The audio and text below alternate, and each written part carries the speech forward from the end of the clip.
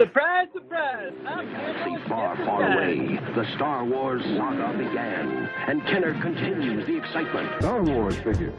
The Empire Strikes Back Return of the Jedi. Welcome to the Star Wars Collector's Archive podcast. It's the Chive Cast. It's a strangely on-topic episode all about Lando and his skiff disguise, as Skye and Steve talk about the character, his outfit, and a lot about his toys. Longtime hobby mainstay David Gaule joins the show to discuss his absolutely incredible skiff focus, to posit that many of his Argentinian prototypes might be false, and to unveil a never-before-seen Kenner photograph. Plus, he lends his talents to the Kenner commercial theater and Market Watch game. All this plus a lot of unloved items, a discussion of Disneyland, and a WTF Are We Good moment with Michael Havens. All this on the first ever Hundo Broken Chive Cast. Wampa Wampa. Welcome to Chive Cast 101. I don't know, that sounds weird, right? It does. You know, Steve, I was thinking we could start with a geography lesson for California. So most people don't know this, but the way you can tell the difference between North and South California, like Northern and Southern California, is how you say there's a route, auto route, highway 101. And at a certain point, for reasons that that's my text message. For reasons unknown to anybody on Earth, at a certain point, people say the 101. And that starts somewhere. Where does that start, Steve? I don't know. I mean, so I grew up in Santa Barbara, and everyone growing up around me said the 101. And so I think Santa Barbara's kind of like maybe just on the fringe of Southern California. Yeah, I don't know. But definitely when you pick it up in San Francisco or whatever, you know, you take 101 and then eventually it becomes the 101. It's like a shibboleth. Like if you had to figure out like who was northern and who was southern. So yeah, Steve, so this is the 101. And it's an episode all about Lando's skiff. That's right. Yeah. I think this is not going to be very Gargan Largan. Last episode, you know, we talked about Serbia and Iceland, and it was, you know, got a lot of good response to it. Definitely went into non-Star Wars areas. I'm ready just to talk about Lando's skiff. Yeah, so it's going to be an abnormally normal Chive Cast. Yes. Right? And I'm going to start with my movie thought, Steve. Okay, all right. Is Lando Calrissian the bravest character in the Star Wars trilogy? Like, think of it this way, right? Like, he has the reputation as being a coward, right? Because he turned on Han, right? Right. First of all, he strikes out on his own, and he's like a gambler, but he like starts his own small business and like runs an entire planet. That takes a lot of bravery. And then he like has to make a terrible compromise, and he compromises and lets the entire Empire take over his whole thing, and then he stands up against the Empire. Like he makes that turn. He makes a complete enemy of the rebellion and a complete enemy of the Empire in the same day. He risks his life. He gets like strangled to death. And he manages to risk it. And then when you think he would be done, he's apparently so racked by guilt for ever having sold out his friend, which, by the way, by selling out his friend, he was presumably saving thousands of lives, right? I mean, all the people. Right. And then he gets dressed up like a skiff guard to go save his friend, you know? Like, he put himself in the belly of the beast. He was living there. Who else was doing that, Steve? Like, like C-3PO and R2-D2, they're not brave. They're just robots. Right, yeah. And that's then funny, he goes into the Death Star. So I'm putting that out there. Is he the bravest? Right, yeah. You know, it's funny, and that you mentioned this, it brings to mind one of I think my favorite Lando line in the entire series so far is... It's when Chewie yells at him to turn back around to go get Luke. And I think at this point, this is his response to all the flack he gets. He's just, all right. Right. All right.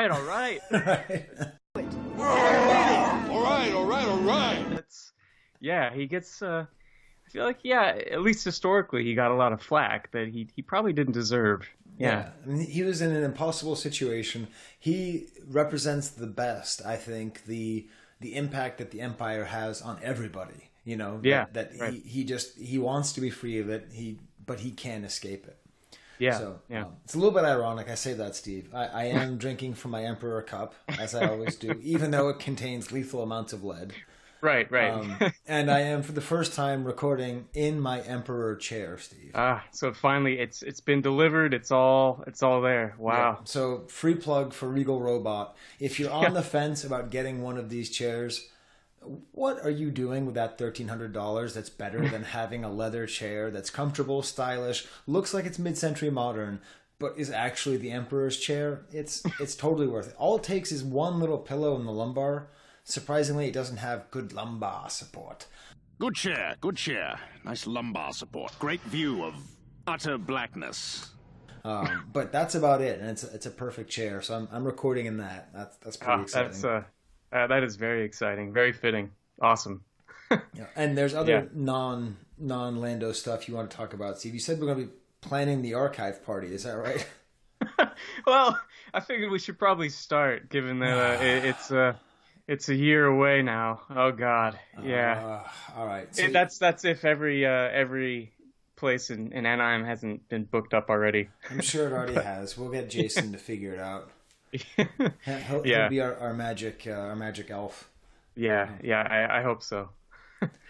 And then also on the notes, okay, so you've been posting pictures from Galaxy's Edge, the Disney thing, and I said on Facebook that you should talk about it on the show, but I don't know if you should. Yeah, I don't know if there's a whole lot to say. I'm lucky that growing up around here, I got to go to Disneyland a lot as a kid, so I've always had, an affinity for it, and I feel like it's getting talked about a lot in ways that may not be all that great, but I'll just say, it's a great place to hang out. Like I think a lot of the attractions and the merch and all that is kind of, it's beyond me, but just walking around and soaking it in is pretty great. I'll just say that. That's interesting, because that's kind of like the Animal Kingdom, the world in Orlando. Yeah, see, I haven't been there yet. Yeah, I haven't been to the one in Florida in so long. It's really like, if I tried to tell you why it's great because of a term that they use, theming, because Disney despised thrill parks, right? Like he didn't want to make thrill rides. He had no interest in that. It was all about theming. Yeah. And so, I'm actually going to make another point, Steve. Okay. The new Quentin Tarantino movie, Once Upon a Time in Hollywood. Right. I was wondering what your take was on that. Well, it's getting a lot of flack because it doesn't do what Tarantino movies do, which is basically be just a series of badass scenes with badass dudes talking badass ways and like awesome things that you remember. Remember that scene. Yeah. Like Once Upon a Time in Hollywood is like, it's like a tone poem. It's like a George Lucas in, Dream. Yeah. It's like there's very little that happens. You can't really hold on to anything. But it's like a themed world where you are in Hollywood in 1969. Yeah. So that's what Galaxy's Edge, from the way you're describing it, sounds like. I think that's really accurate. Yeah. I mean, and I also, people, I feel like this is an unpopular opinion, is that, because they made it its own thing, that makes it worse. And I actually think it makes it better. You mean instead of being Tatooine, instead of being like it's own planet that's never been in Star Wars, right? Yeah, exactly. It feels a lot more authentic than I think walking into Tatooine, though LA is a desert, so maybe not. But but yeah, no, I like the fact that it's its own thing that has its own identity, but it's still very, very Star Wars. Once you're there and kind of walking around and checking it out, you don't feel cheated or cheaped out. It feels pretty worth it. See, now, this is the first time I've ever actually wanted to go, because what I've heard about it is why it's a disappointment. Yeah, and I feel like that's what's getting most of the attention. I've been twice, and I think even without whatever the crazy ride's going to be, I still enjoyed just kind of hanging out. Like that was, I don't know, and I maybe that's setting the bar too low, but I'm not sure. I don't think so. I mean, but that's what most places can't do. Like you go to Six Flags and you take the Superman ride, right? Yeah. That's an amazing ride. I love it. It's one of my favorite things I've ever done. But it didn't transport me to the world of Superman. Exactly. Yeah. You didn't. the closest thing you got was that kind of weird statue when you walked in, and then you're on the ride, and that's it. You know, Right. And what I think people want is Superman the ride, but have a Darth Vader at the top. You know. Yeah. I don't know. I hope we get to go together at some point. I know we initially talked about maybe doing that this summer, but obviously things changed. But yeah, we got to go at some point. I got married and ended up in Serbia. In Serbia, yeah. I will say one thing. So for the cantina, that's kind of to me that was the highlight of what I saw, and the reason is that it doesn't mimic the Mos Eisley Cantina. It's its own thing, but they have this amazing soundtrack in there, and I feel like my sister, who she's way more hip in terms of music than I am, and she's like, I want to buy this soundtrack. Like, where can I get this music? And we looked and like, yeah, they don't sell it. It's only there, and of course, it's the Paul Rubens droid that's DJing in there, which is great. But wow, yeah, I think I'm curious to hear what your take on their like 80s synth pop kind of weird Star Wars music they have playing in there. I don't know. That's one of those things. Like, I really appreciated that. I don't know if the other people were all that into it as much as like my sister and I were. Yeah. Well, yeah. I mean, that sounds like what I liked about Disney from what I remember of it the few times I've been. Yeah. It definitely is like the stupid tiki song in the tiki room or the electric light orchestra, whatever that thing is they play at the end that they rip off from some guy.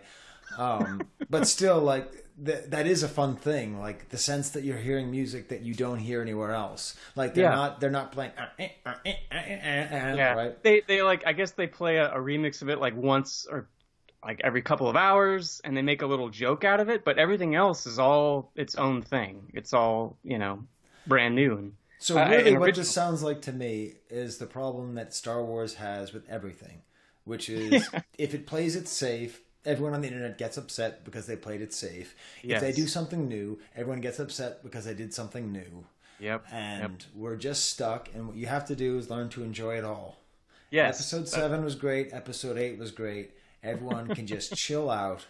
And the Marvel movies all suck.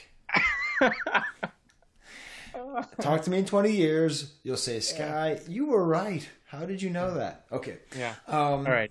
So moving back to Lando's Skiff. Yes. Let's talk about Steve. So you've written up some thoughts. Uncharacteristically, I've actually done some research myself and thought. That's good. I've thought a lot about Lando's Skiff. Good. Yeah.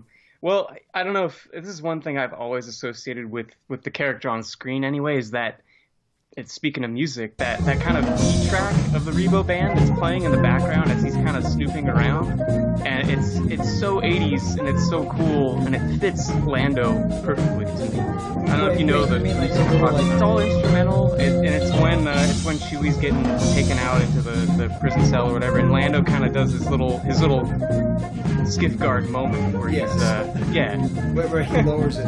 Like, now I think about it with Jabba's palace, it's like, who could do lower flaps? Like Lando's like, I'm gonna be the coolest looking dude in the world just by tipping my visor. Yeah, Boba Fett's like, hold my beer, and he does more than just nodding his head slightly. Right. Yeah. Salacious Crumb is just laughing his ass off. I mean, he actually wins. If you ask me, he wins the coolest thing at Jabba's palace. But yeah, like, everyone's trying to do the most minimal cool thing. Even Luke, like, kind of like winking. Yeah. Right. Yeah. They all have that vibe, and that music is so important. I'm so glad that like they didn't take that out for the special edition. At least that's still there. But yeah, that's the worst thing that happened in the special edition. We'll get into that somewhat. Steve, we're getting too long. We talked about Disney for 45 minutes. Okay, we're gonna keep it going here. All right. So speaking of the costume, what did you think of Woody Harrelson putting it on for the Solo movie? It's sort of a reminder of everything that I liked and didn't like about that movie. Okay. So it's like, I liked it because I was like, oh, that's kind of an interesting idea. But then it's like, that's supposed to make me go, oh, cool. And like, too much of that movie was supposed to make me go, oh, cool. If the desired reaction was, oh, okay, then it would have been fine. But you know what I mean? Like, it was trying a Yeah. little too hard for the Yeah. for the feels on that one.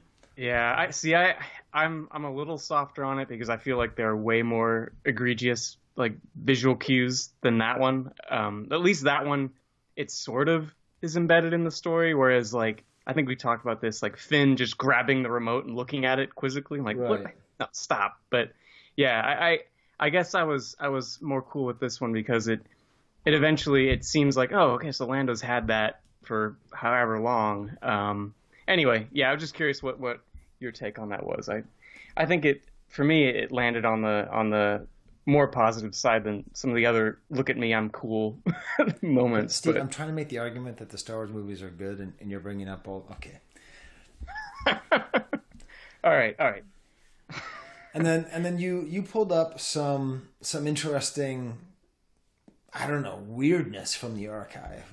Yeah. So tell me about this, Steve.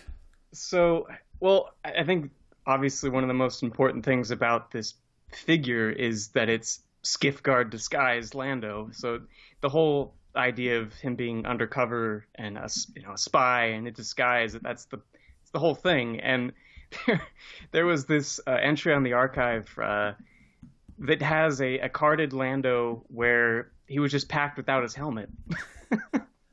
So it's just like, it's funny in the comment on the archive. So much for the disguise. Sorry, one second. That's okay. Toby, place, Toby, place, Toby, place, Toby, place. Oh, you're gonna get dragged upstairs. Yeah, you can invite him upstairs. He's still looking out the window. He's really not sure. No one is. Toby, go and lie down. Toby.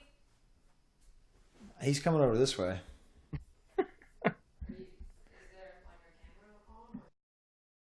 Okay, I hit stop, Steve, after maybe the second or third. Toby, he's upstairs now. So Digby will respond in kind, I'm sure, before we're done. Yes. Yeah. So you were mentioning that the owner of this figure, the guy who put this on the archive, Yes. put so much for the disguise. Yeah. And that has to be the biggest disappointment if you bought a Lando skiff guard and had no helmet. Yeah. Yeah. No, that'd be heartbreaking to lose that or to never have it. Yeah. And this is a question I asked some people. I haven't gotten an answer from it. The guy who put this on the archive is named Daniel Regan. And yes, his collection is all these really cool miscards and weirdness. It's just worth just take a little bit of time looking. He's the guy who has the B-wing pilot with two blasters. So, that's got to be pretty interesting, right, Steve? Yeah, the Woody Harrelson B-wing pilot. Yes. So, man, you are all about that. What was that guy's name in Solo? Beckett. Right. Yes. Right. Yeah. So there was another one. This is just more in that miscellaneous category. It's one of those catalog multi-packs that is awesomely themed. It's got Lando Skiff, Leia Bouche, and Luke Jedi. And I just thought, like, this thing really needs Chewbacca. Like, that would be the ultimate set if you had. It'd be the whole team right there. At least the human and alien team. Yeah. But, so let's spread a little bit of love to the archive. Not only can you go and see the collection of Daniel Regan, who knows, currently in the Where Are They Now category, but this is an example, this multi-pack thing. Fantastic Pete and Ron Salvatore redid all of the entries for the multi-packs. And this is all these great photos, like real close-ups, and you can really appreciate this 3-pack. And yeah, it seems to me that very rarely are they themed this well. But this thing is just awesome. Because Lando, Bouche, and Luke Skywalker, Jedi. Yeah, that's just awesome, Steve. Yeah, it does need Chewie, but then it needs Chewie and it needs a Gamorrean guard and it needs a bunch of stuff, But just having the Lando and the Bouche together, that's really special. Because Leia is another person who's trying to do very little to seem very cool in the palace. Yeah. Sorry, I lost you there for a second, but I'm back. It's okay. I was saying nothing of importance. Little girl likes her brain. All right, Steve. Well, do you fans of the show may know we used to have something called Flip the Script with Steve, and then we had behind the scenes, and my computers have crashed a couple of times, and so now it just becomes a combination of both. A little segment we call Behind the Steve. Let's go behind the Steve.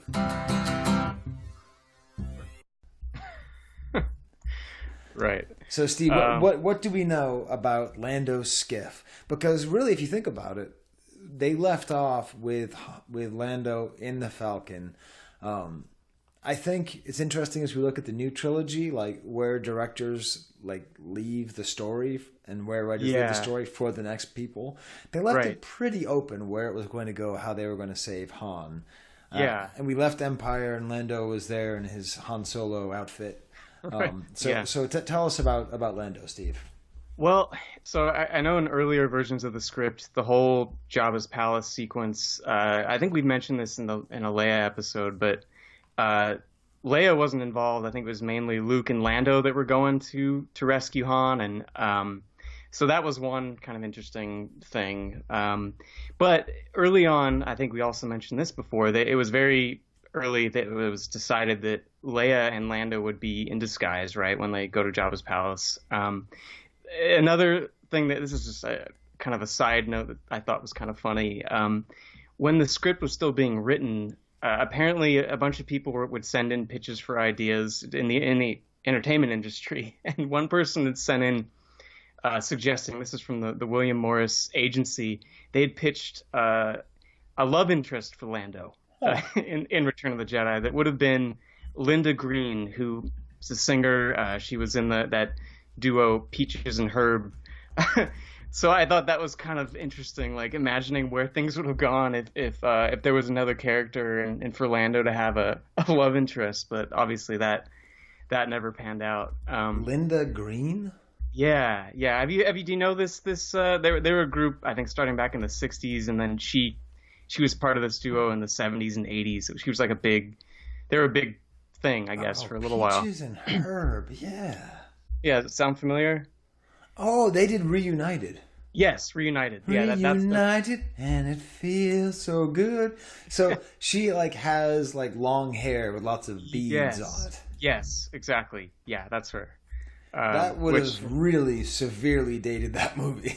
It would have. Yeah, it would have made it exactly 1982, September of 1982. I just thought that was interesting. And I guess beyond that, the original design, most of it is pretty much the same, though one sketch has him showing a lot more skin than the final outfit, which I thought was interesting, given what ended up happening with Leia. But I don't know if I sent you this picture. He's looking very masculine and but I don't know, powerful here. I actually, I talked a big game about having read your show notes. I didn't download all the images. Okay, so I'm trying. Oh yeah, look at that. That's almost like kind of a. Wait, is that supposed to be his skin? I don't know. To me, it looked like his. To me, it looks like it is, but I don't know. It's hard to tell, I guess. But he looks a lot more shredded. Actually, he looks like Shredder. Yeah. That's what he looks like. That's absolutely right. He's totally Shredder. Wow. Huh. Wait a minute. He looks like Shredder anyway.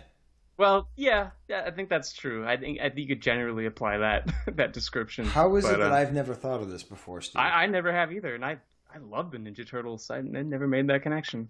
If you put Lando's Skiff mask on top of Shredder, would you be able to tell the difference? And here's another question. How come no one else wears that Skiff mask? Yeah, I don't know. There's other similar ones, but Are there? Yeah. Yeah, I feel like some of the other human background guys have similar helmets where their face is semi-exposed, but I mean the one that Lando wears is clearly unique to him. I think I think they're all different, but of the same style, I guess. Sort of kind of a football helmet aspect to it too. Yeah, there's a football, there's like a gladiator aspect to it too. He's got like it looks like he has some kind of like sword or something, some kind of blade. I don't know. It's pretty trippy. And we're supposed to think that it's animal bones. Is that right? I guess so. Yeah. Something like that. Tusks. Like I've really. Yeah. This is the most. I'm just sitting here staring at it, and hopefully you are too if you're at home, or you can just think about it. But it's a really odd mask. Because the bits right underneath the chin are very much not organic, but the rest of it seems organic. So how is this actually supposed to have been made? Like with metal and bones and it's interesting. And then the last thing I had, this is more of a like behind the scenes on set kind of thing, but a lot of stuntmen and effects crew were getting hurt on the Sarlacc set apparently, which I guess I could see that happening. And Carrie Fisher had always referred to the Sarlacc as, quote, the sand genital, which that seems just about right. Wait, who said that? Carrie Fisher. Called it the sand genital? Yes. Oh, that's awesome. Yeah, it really is. So yeah, there was these guys jumping into the pit and breaking their legs, and then there was machines blowing up and burning technicians. There was a lot going wrong, and people were getting messed up. But Lando's in a pretty precarious position in the scene, dangling there. A little higher. Yeah. So apparently one of the squibs from the laser blast went right through Billy D. Williams' toe as they were filming one of those scenes. And he and this is his quote from the Rinsler book. He said at the time, "I'm screaming up to Han, stop, but he's too busy acting. I'm in pain." And all of a sudden he realizes that I got hurt. And I could just see him not saying, Harrison, like, Han. So yeah, apparently, he got his toe almost blown off. But yeah, I thought that was kind of funny that he refers in his description of it that he's talking to Han and not Harrison. Oh, that's awesome. Yeah, so I guess that rounds out the behind the scenes stuff. Do you have some poetry, I assume? I do. I do have a Skye-Ku. It's a little bit about Lando, and it's about the way that he's always wearing a mask. Like when you see him, he's always like having to pretend to be something that he's not, like the entire time, to the point where you wonder who really is Lando. And so here it is.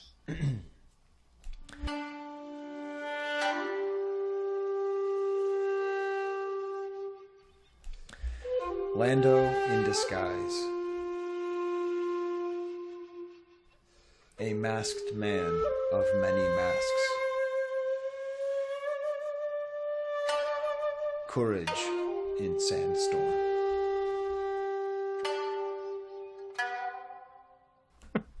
Nice, yeah. That's funny, yeah. It's going in that theory of the courage. Yeah, and it's even tied into that weird cut scene that never made it in, where they're out in that sandstorm. I think there's a sketch of him in his like sandstorm gear too. That's funny. Yeah, well, and I just you always have to tie a haiku to nature. So yes, absolutely. A lot of trees and a lot of sand in my Skye-Kus lately. Well, it's good you were in Jedi. I mean, you got Tatooine and Endor. Yeah, so. There's a lot to do there. Yeah. Before what do you think? Before we get to the Nugget, I think it would actually be pretty nice to just talk a little bit about. I don't even know, Steve. You know what? I don't know if we should talk about the Tskuda. Okay. So now we are talking about it, but we're talking about the Tskuda Return of the Jedi Lando figure, and this is on the archive as well. Right. It's from Gus's collection, and it's the Return of the Jedi figure with a coin shrink wrapped to it. Right. And it really is the question, like, how many of these were made? There aren't that many known to be made. Right. I don't think anyone out there has a complete set. Yeah, I don't even know what a complete set, would consist of. I mean, so there's the Lando, and this one actually, I think this one doesn't have the shrink wrap. It just has the coin glued. And then there's 3 other figures on the archive. Some have the shrink wrap and some don't. So I'm not sure exactly what a full set would even mean. But yeah. And especially because now they can be faked with fairly easily. Yeah, that's a pretty scary. There's like a whole class of Star Wars toys that like were not worth faking in the past. So if you bought them, when Gus bought this, no one would have cared to fake it. So it's real. You could feel pretty good about it. Yeah. But if you found Tskuda Chirpa and you just glued the coin on and just like, hey, look, they did it, Yeah, no, you're right. It definitely, in this day and age, it poses a little bit of a problem. So what we're going to do, Steve? We're going to put this out there to our listeners, and we're going to talk about this on the next episode, and I'm going to completely forget it. I'm not, Steve. I'm not going to forget it. No. What do you think is a full set of Tskudas? What is the largest set of Tskudas out there? And who has it? And have there been any known cases of fakes of Tskudas? Am I even pronouncing Tskudas properly? I don't know. I almost went out to Japan to go to Pokemon Go Fest, but I was a little bit busy getting married. I wasn't that close, but I watched a lot of YouTube of people who did it. Steve, I watched YouTube about Pokemon Go. I figured that was... Yeah, that doesn't surprise me. The best guy who does it is this dude out of Long Beach, and like... You just feel like you're his friend. And it's so funny. Like, makes me want to go to Long Beach and like meet this guy who's just like a doofus on a longboard who plays Pokemon Go. Anyways, it's very funny. Yeah. So that's my. I would say this is our introduction to talking about Tskudas, because I've never really seen any very convincing articles written about it. I don't. There must be an expert out there, but I can't quite think of who it is. Yeah. I mean, so there's, the much more common figures that just have the sticker on the back. This is something that's a little different, a little stranger, in that they didn't release Power of the Force over there. Apparently, they just did this instead. I was just thinking about it. Like, it was episode like 4 or 5 that you went to Japan?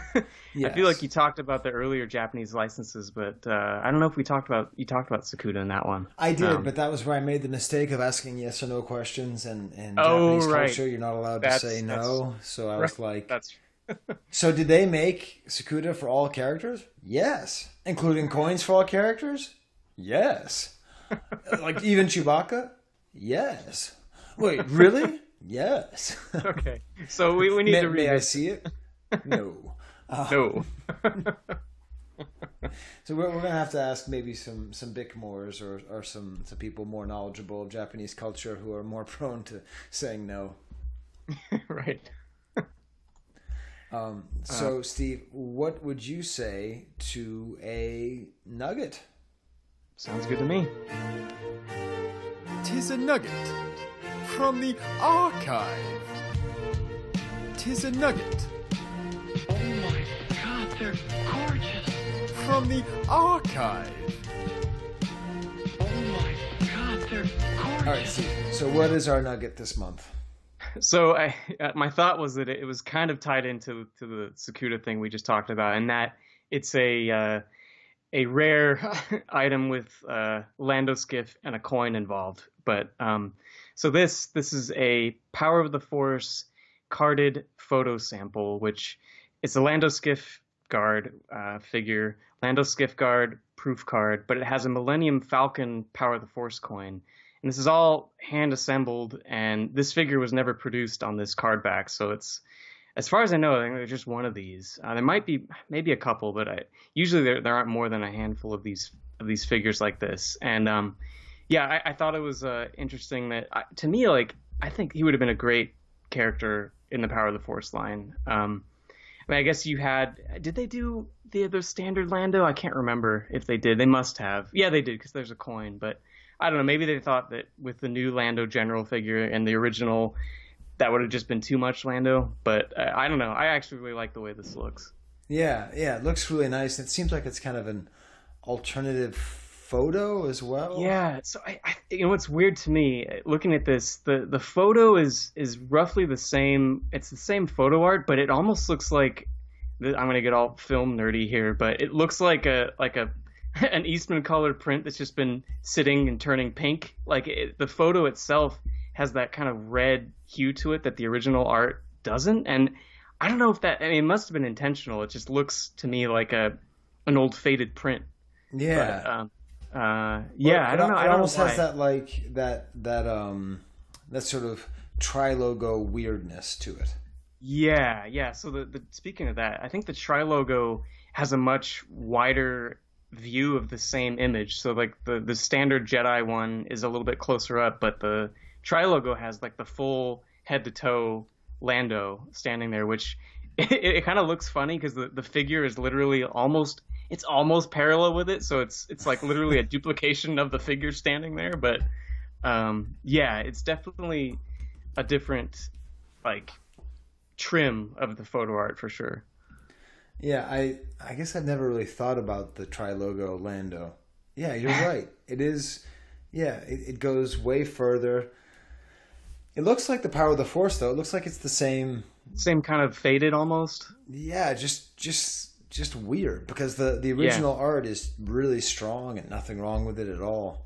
Yeah, it's odd. I don't know. I don't know if someone messed up in the lab or what, but yeah, it's interesting that those later images are they almost look aged.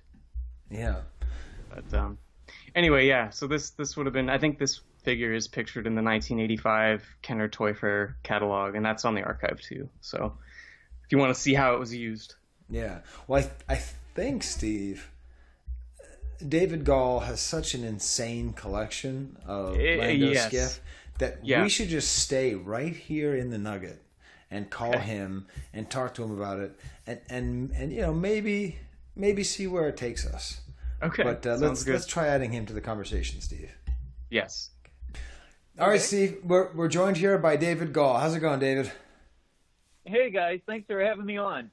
So you've been around forever, and many people know you, but I don't think we've ever talked to you, at least not extensively on the show. You don't post a lot to like Imperial Commissary or on the 12-back group or whatever. So how would people know you, David? I don't know. I'm trying to think of maybe things that I've done just besides being around and being an old guy in the corner, right? Yeah. He's in your room right now. I did some work on Toy Hunter, so some of you may have remembered that. And That's right. We also did some work on Plastic Galaxy, did a tour of Cincinnati. It was conveniently living there and working at a toy company at the time. Yes. So those were fun things. Did Kenner Day at the Cincinnati Library, if you happen to be there. So have a little bit of history with those things. You know who you're kind of like, David? You're kind of like Duncan. Because I didn't really know who Duncan was and what he did. He was just that long-haired guy who's always all over the place. And so I think that you can be that blonde-haired guy that's always all over the place. So if you've been to Celebration, you've been in the vintage world, there's like that blonde guy who like, didn't I see him in a movie or TV? Like who? That's David Gaule. You know, it's funny. I always think of you, David, as I think the first time I'd maybe interacted with you, it was at one of the early Celebrations, and you were running one of the auctions, and I'm like, man, this guy is awesome. And I think it must have been probably Celebration 3 in Indianapolis, and I remember walking into one of those auctions, and you were up there just blasting through, and it was it's fun. I always associate you with that. It's just you've got a good skill there. I would say, yeah. It's well, thanks guys, I appreciate that. But I've been around a long time. It's funny that you bring up Duncan, because Duncan was one of my first friends in the hobby. He and I would go up to the Kane County show in Chicago probably, 93 maybe is I think when we started going. Wow. And he and I would both kind of be reaching for the same thing or looking at things. And sometimes we get together and go, listen, I just need an example of one Letty figure. You need one. So let's go over and see if we can make a deal on like 3 or 4 of them with this guy and work together. So we established a good friendship through that. And, have just been hanging out ever since. Wow. So you've been...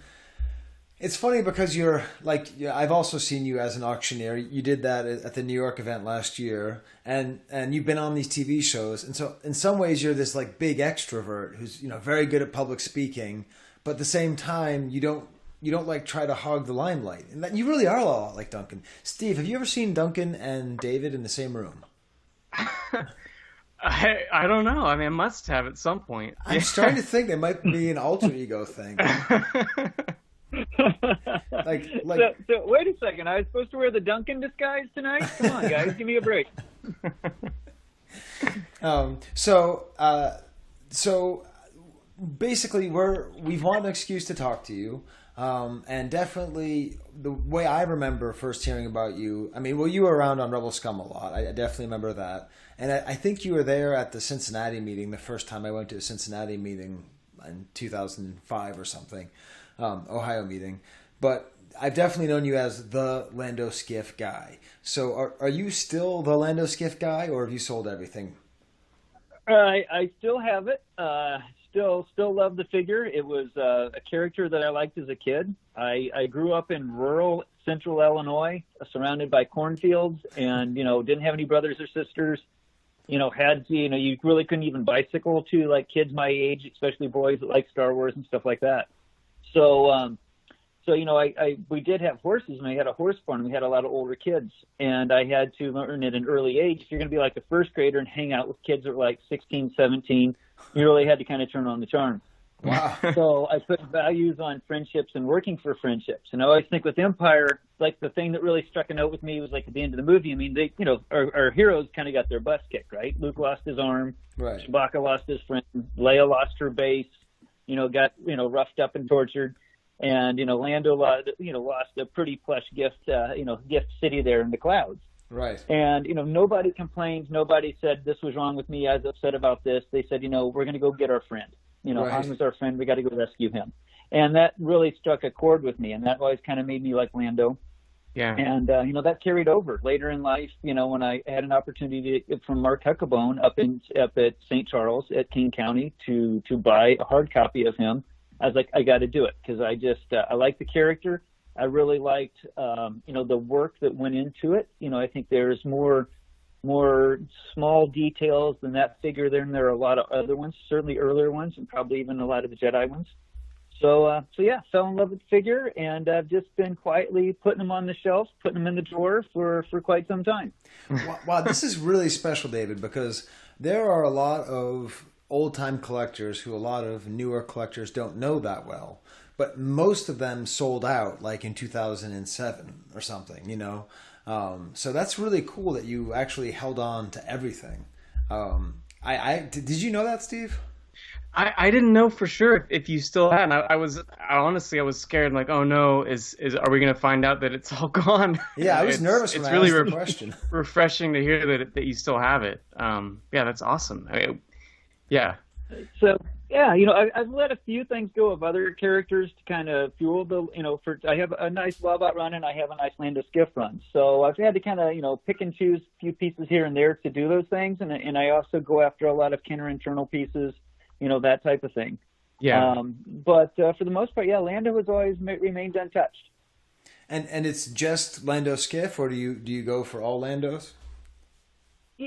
My goal when I first started getting into hobby is, I was like as high school, like right out of high school, and I thought, you know what, I sent away for the Anakin Skywalker figure and I never got it, and that was upsetting to me. And there was a kid that was to hang out in our neighborhood. His sister was in my class, but he was a couple years older, and he had a blue snaggletooth. And I thought, you know what, it always bothered me. I never finished my Star Wars collection, so I'm going to go back and do that. So I started looking for this. So you got on your horse. There was exactly right.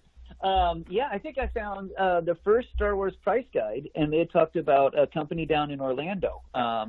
and they were selling Star Wars figures and had like a little list. You could send like $2, and they would send like a photocopy of their list. And sure enough, I was able to get Anakin, I think, for like $15. And they didn't have Blue Snaggletooth at the time, and they had like a figure called Yak Face listed that I didn't even know what it was. And later on, would get to buy, I think, Blue Snag for $75, and I think Yak Face was like $85. Mm-hmm. And that got me right back in it, just kind of, well, maybe if I bought a carded figure, I could buy it and trade 2 carded figures for this Yak Face thing, and just kind of trying to figure out how to wheel and deal on a limited budget. Now, so a place out of Orlando do you remember the name of this company? It was Intergalactic Trading Company. That's what I thought. The drive. And this was before them. This was when they were out on kind of on the outskirts of town in Longwood, Florida, if I remember right. And it was just, and that's like the first time they had a blue Hoth Stormtrooper that was from Europe. Nobody had ever seen it before, or really didn't know what it was for. And then I would go up to Kane County. That was right around the time it turned up, and Lev started getting all of his Uzes. So it was just it's a crazy time, and just some great players in the field turning up new stuff that nobody really ever seen. So longtime listeners to this show will know that Steve, every celebration, has a run-in with Sue from Intergalactic Traders, because Steve always tries to buy the most beat-up toys he can find. And so he'll find like a one-armed, discolored, like Luke Hoth, and he'll ask her, and she'll be like, $75. And it's always way overpriced. And then as time has gone on, like Steve and I have learned of her immense importance to the hobby, that she wrote the first price guide, that, she's this giant in the hobby who's also just this complete kook. So yeah. Well, hey, we're getting old, right? We got to have an excuse to be losing it, huh? Yeah. Wow, that's awesome. So Lando Skiff was the way that, so you would ride horses into town and try to act like you were Lando in order to fit in with the 16-year-olds. That makes sense. I think for me there was such, I think the character, I could relate to the character and the value that he put on his friendships. And, right. I think, at the time of Empire, we were all kind of learning what it meant to be a friend and what different things were. And, Lando was really kind of put in an awkward spot, right? I mean, Vader had double-crossed him so that he could double-cross Han. And, you had friends that, you were going to be on his basketball team at lunch today, but then you found this other guy was better, then you went on that team. You had to, work those things out in your life, right? Yes. Right. And I think that was kind of a guiding light for me. There's a right way to do it and a wrong way. And I always thought, Lando did it the right way. Awesome. So the collection began with, and sometimes, Steve, we have to get, David and Ron, and we have to do a whole episode just about Mark Huckabone, who he is, because I only have a vague idea of who he is and who he was. Right. Same here. I sort of nod my head like the way I nod my head when people who love jazz talk about what John Coltrane did. And I'm like, yeah, he has an amazing drummer. So at some point we'll have Huckabone's more of a cover at Voltaire, so he would be more of a freebase jazz guy. Okay. Huck, to give you an idea of Huck, for his 10th, all he wanted for his 10th birthday was for his mom to drive him so he could do a toy show. Wow. And that's what she did. That was his 10th birthday gift, was to get to set up at a toy show, and he's never looked back. Wow. So I think we need to have a whole special on him. But so he sold you a hard copy back in '94. Is that right? Something like that. It was a little after that. Actually, if you go back in the archive, Chris has some pages from the old toy shop, and Mark had advertised it in toy shop, and I saw him at Kane County right around that same time, and bought it from him. I'd actually had my first run-in with prototypes was probably about 93, 94.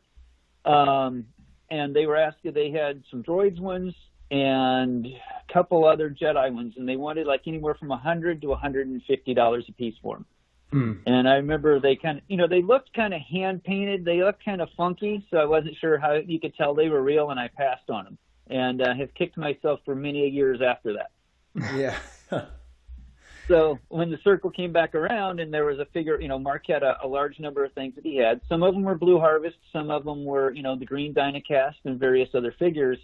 And I saw that one in there, and I just couldn't pass it up. So swooped in, jumped in, and bought it. And soon after, got like a bench shot or an internal kind of funky color first shot, and just never looked back. And it's not a very crowded market, so you've basically been the Lando Skiff guy. Is that right?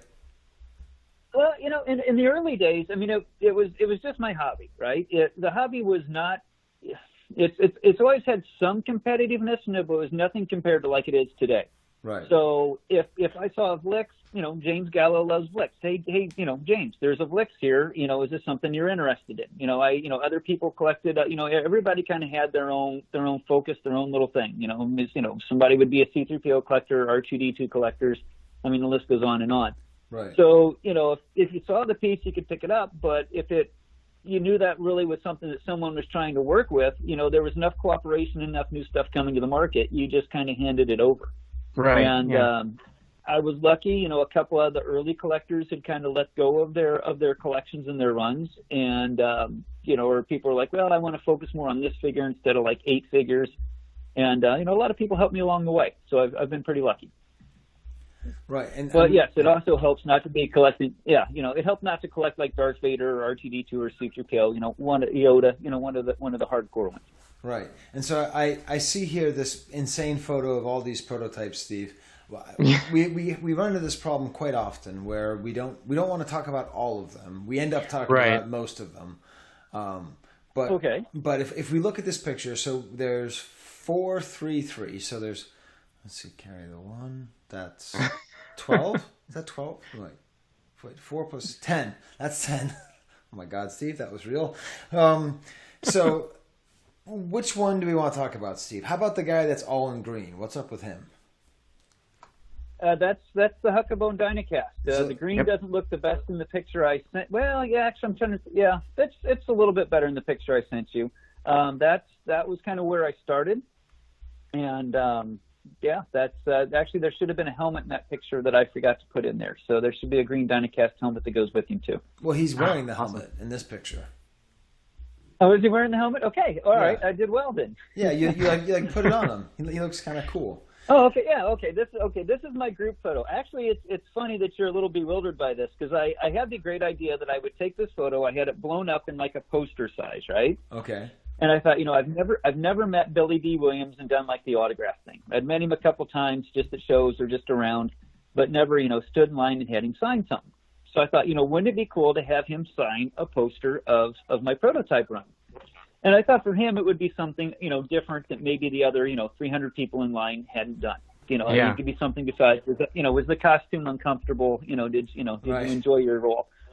So I unroll my poster and go, hi, I have something I want to show you and have you sign. I've collected prototypes for the figure of your character in the movie. And I thought he'd be like, oh, this is interesting, or wow, that's something you don't see. And he has this like really bewildered look on his face. And I'm like, okay, did he hate the sculpt? Did he, is there, did he have an issue with the contract or royalties off the figure? This isn't going kind of anywhere near like I planned. And he looks at me and goes, where am I supposed to sign it? There's not a lot of room on this screen or on this page. So I said, just you're the artist. You do it. Yes, whatever you think. So he signed on the side, and we recovered from that. And then, by that time, the agent's like, move along. So that was my 25 seconds with Billy D and the prototype run. That's funny. It is true. It is quite a full picture, David. I mean, yeah. Oh, that's great. Okay, so then right above that one is kind of a brown one. What's that one about? That one, what are those? I really, that was probably internally done. That was probably shot out of an aluminum mold or a copper benzene mold is probably what I'm told. Okay. So your bottom row kind of follows the order of production. You have You have a green Dynacast unpainted. Besides it is a painted hard copy that was actually from TopToys. That was, I don't know, that's the character that turned a lot of those up has also done some things that weren't real. There's kind of some controversy about what this is and what it really stands for, but it's interesting, so I left it in there. Right. Next to it is as a painted internal first shot, so it's that light, milky white, very lightweight, so probably shot in an aluminum mold, so kind of almost like a hard copy but done in plastic. Right. And up above it would have been, I believe, probably it could have been a bench shot, could have been internal, hand glued, and same way with the red one next to it with the black arms and the multicolored legs. Mm-hmm. So just early internal things. Then next to it's pull toys. There's one in red. It's just a head and a torso, and then besides it, the milky one that has production legs thrown on it that's shown up on eBay last couple of years. Right. Okay. Wow. So this is a ton of first shots, and Steve, I did want to get into the TopToys thing. I figured that might happen. So David, on the show, I've been putting forth a theory which is intentionally extreme, and I don't believe it, but I put it forth to be provocative. My theory is TopToys didn't exist at all. that there was no company named TopToys, or there was, but they never sold Star Wars toys at all. Because, right, Pablo, the guy who sold a lot of the fakes, made a lot of fakes, Brazilian figures as well, and he made a lot of fakes, and the biggest example was a Lando Skiff with a Pepsi sticker on it, right? Right. I have one of those that I acquired from him that is very bad. And that's wait, kinda... you own one of these? I have one of those, yeah. Wow, so what's it like? Like, can you tell that it's fake? Horrible. Okay, how is it horrible? Well, the bubble has been, he would always have issues with customs, quote unquote, taking figures out of the bubble. So the bottom looks like it looks like either something had shook the figure and it was shoved through the bottom, or it was tore. It has a Pepsi sticker that's slapped across the top that I believe was tied to a Pepsi ruler promotion. Right.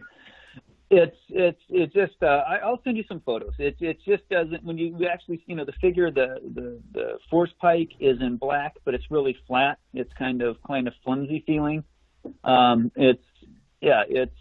Wasn't too happy, and by that time he was on to where people were asking him about some of his bootlegs, and then he supposedly died or whatever, and I just never really pursued it at that point. And so this is on a Stormtrooper card back or is it actually a Lando Skiff card back?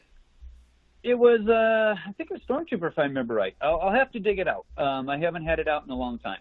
Yeah. Anyways, it's going to be an interesting question, because this is part of my whole conspiracy thing. And there are people out there who've recently written a book, and I don't know them, and I'm not accusing them of lying. My theory is that most of the stuff that's TopToys is probably fake. Not necessarily all of it, but most of it. And I think that people are just afraid to say it, so that's why I'm being a sort of provocative jerk. But no, I would. It's one of those things where if it's, you'd just like to know what it is, right? And if you can put the pieces together and prove that it was all a big fictitious kind of, thing that this guy scammed and did in his own life, I think that adds to the hobby, and certainly get some answers. And if it's not, it'd be interesting to know that too. Yeah. So what this particular thing is a Stormtrooper El Regreso del Jedi TopToys card back. And it has this sticker, and it says Nuevo Pepsi Promo Escolar, so like school promotion, with a Lando Skiff on it. And it's really well done, because it seems kind of goofy. It seems like it really could have been real, but it really was a case of where people wanted it to be real.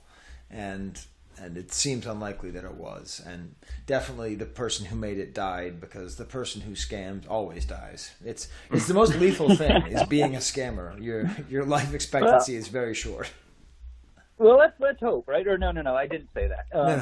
No, but yeah, that definitely left a bad feeling, right? But it's and with the hard copies and the silicone molds from that, it seemed odd that you would have to make that. It seems like if you were a licensee, you would have went back to Letty and got one of their molds, or you could have worked with Kenner, or you could have done something for a little bit more quality. but then again, it is a foreign country. They had some kind of loose rules down there in South America at the time. So, is there that chance? Yeah, it could have happened. Yeah, and I think that's part of the problem with my theory is that a lot of people I know and like and respect paid a lot of money for those molds that came from TopToys. So if those are fake, then people have spent a lot of money buying things that are fake. And I'm told I'm just ridiculous for it, but I'll continue to be ridiculous. I'll be the crazy person off in the corner screaming, "All your stuff is fake." And I have a TopToys, and I'm 99% sure it's fake, even though it's AFA graded. So, right. Maybe. No, I'd be happy to show you the picture, and you're welcome to post it or whatever for the Pepsi Lando. Yeah. Definitely get that out there and keep somebody from getting in trouble with it, or at least letting them know that if it's buyer beware. I think the toy hobby has kind of become like the art market, right? I mean, you can say this was a Pablo Picasso. We can prove 100% that he did it. We have evidence that happened on this day. And then you can have something like, well, this guy was a waiter at a restaurant he went to. He said he drew on this napkin, believe it if you want. Or you can have something that, oh, well, this is a guy that's, a known art scamist in down in Miami, and he happens to have 5 of these. So, you have to adjust your price based on what it is, right? Yeah. But yeah, I mean, it's interesting. For the silicones. Skye here. David's going to be talking about the silicone mold for the TopToys figure, and he doesn't really introduce it, so let me just explain it. A silicone mold, so action figures are made by pouring silicone over the original wax sculpting, and then that hardens, and then you can make a hard copy from that. So the silicone mold is like, it's got the sort of like the negative space of the figure, and molds for all of the TopToys figures, or at least most of the TopToys figures, have surfaced.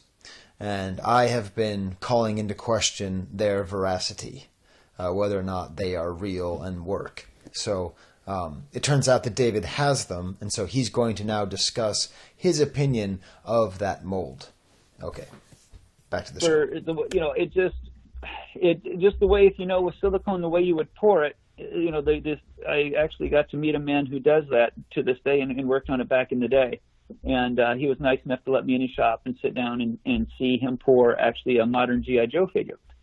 And kind of the rule of thumb is crap in, air up, or crap down, air up. So it means they pour in whatever kind of the silicone mold, or, it's Dynacast or Repro or whatever you're using today. For that stuff to go in, it shoves down and the air bubble goes up. And just from the mold, he said it looked okay. And I said, well, how would the air go out of this? And he goes, yeah, and second thought, maybe that doesn't make a lot of sense. So you have silicone molds of the Lando figure from Top. So there are molds in this picture, and there are molds in the picture, and those are TopToys. Right. There's I don't know. Yeah, he works in the education department. I know part of his contract is he can't have his name on social media, but there's a popular collector in New Jersey that also had one of these at one point in time. He had like a Boba Fett one, and it tracked some numbers from the mold, which there are numbers on this mold, to some other documents that were related to Pablo. But, who knows? Did Pablo get lucky? Did he see something? Was that something that got passed along? It's hard to say. And I don't know if we'll ever have an answer. Hope we do. Right. So I mean, you own these molds, and you're not really certain, like you're not certain that they're real. No, I don't have enough to go one way or the other. But if you said, if you came in and said, here's a smoking gun, I would say, yeah, that makes sense. Or if somebody came out there and they had some old guy that came out of the jungle and said, I worked in the factory and, I have the other parts to this mold, or I have a picture of me doing this, I would, I'd feel a little reassured.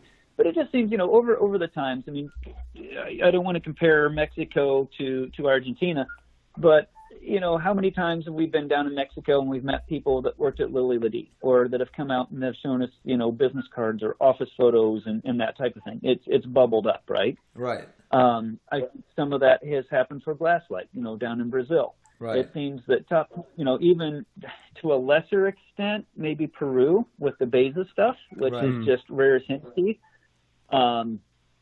it's popped up in different stores, different sources, and a lot of times it's nothing more than a sticker, right? But it does seem like there is, I just don't know. I think sometimes people like to think Argentina is this third world country that, kind of people run around acting like they're in water world. Right. And I don't think that's the case. No, it's not. Huh. Well, that's Steve. This is maybe the most interesting turn because I don't think I've ever talked to anybody who owns one of these molds. Yeah, who is willing to you're right. entertain the possibility that it's not 100% legit. Right. Yeah. But yeah, well, interesting. Okay, well, it's really interesting. We'll whichever way along, it goes. Yeah. Along my searing half-assed expose. Well, no, if you get it, I hope you get an answer. I would love to have an answer for it. Obviously it'd be nice if it was real, especially for the people in the hobby and the people that are really wanting to think that it's what it is. But if it's not, it's good to know that too, because, it needs to be out there. It'd be nice to know one way or the other. Yeah. Wow. Okay. Well, let's move on to some things that we know are real, Steve, and that are fun and. Skye here again, just because I just can't seem to leave well enough alone. So just for fun, I've been looking up a little bit of the history of the questioning of the TopToys figures. And I found a post from John Alvarez, the star of episode 100, it must have been. And this was before it was discovered that Pablo had made massive amounts of fakes, that he was a complete and total scammer. And so I find it pretty interesting because, there's a phase in scamming where everyone is trying to be good to the scammer, because part of what makes a scammer a good scammer is the way he makes his way into the community. So this is from January 29th, 2008. And it's a question about the TopToys Lando. And I'm just going to read this entire post from John Alvarez because, well, it's interesting. I'll try to read it like John. Can you supply any evidence? I think it's obvious people think they are legit. Okay, I'm going to drop the voice, but don't really know. Look, there's no solid evidence to say they're fake, but enough red flags to make enough people curious. They never sat well with me. I know somebody who owns one, and it's definitely a, quote, interesting piece. His arrived broken, so he gave us a better look at it. The bubble pulled cleanly away from the backer. It was sealed to a Stormtrooper back. All of Lando's and many of the mock-ups, as well as the Han and Leia, were on Stormtrooper backs. A handful of the mock-ups turned up on Vader backs, too. Problem is, I have a Stormtrooper card back at home that is clean. The bubble fell off with no paper removal. It looks like a proof. I've seen a few others like that, too. I've also seen at least 2 Vaders had the same issue. Seems to me that Vader and Stormtrooper were very weakly sealed. Seems like prime target for a reseal. Anyway, the guy that got the Lando broken said the shoulder pads were wet. Yes, wet, when he got it. It actually rubbed off on his hand, and he said the chest was dry and it could have been touched up.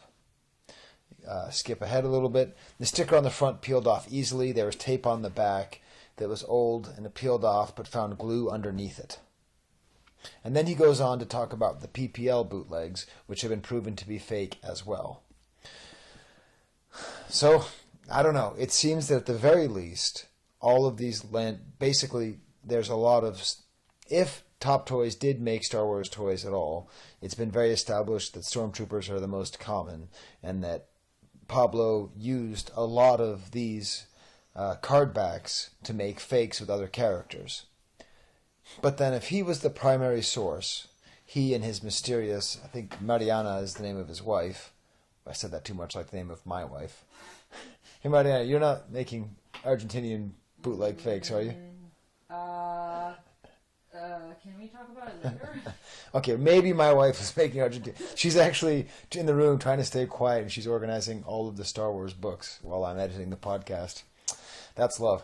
Anyways, all of the molds came through him. So I don't know. It seems to me there's way more evidence that they're not real. I'm going to keep going on this. Next month I'm going to go further on my TopToys theory. But let's get back to the discussion with David. Interesting. Do you have the actual blueprint for Lando, Skiff?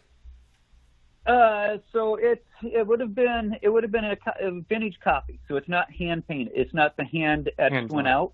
Right. But so it was a vintage one from back in the day. So I have for the figure and the weapon. Wow, so that was so you got this from someone actually at Kenner would have used it because the actual blueprint would have been sent to the patent office, I imagine, right? You know, you see those, and it seems like those are a lot more clear. To know if that actually happened, I don't know. Okay. But if you dig through there, I also have some from the Applause. I know you guys don't probably like to see too much modern stuff, but I did think it was interesting. Oh, sure we just do. a side note. Oh yeah. Okay, so we're gonna jump ahead to the 90s, Okay. like Captain Marvel here, and we're going to be talking about the Applause sculpture, the PVC Applause sculpture that David has an amazing run on. So what did you want to say about it? So I just kind of the only reason I threw it in there because I think it's interesting. I have a lot of I have all his reference materials that the sculptor used. Wow.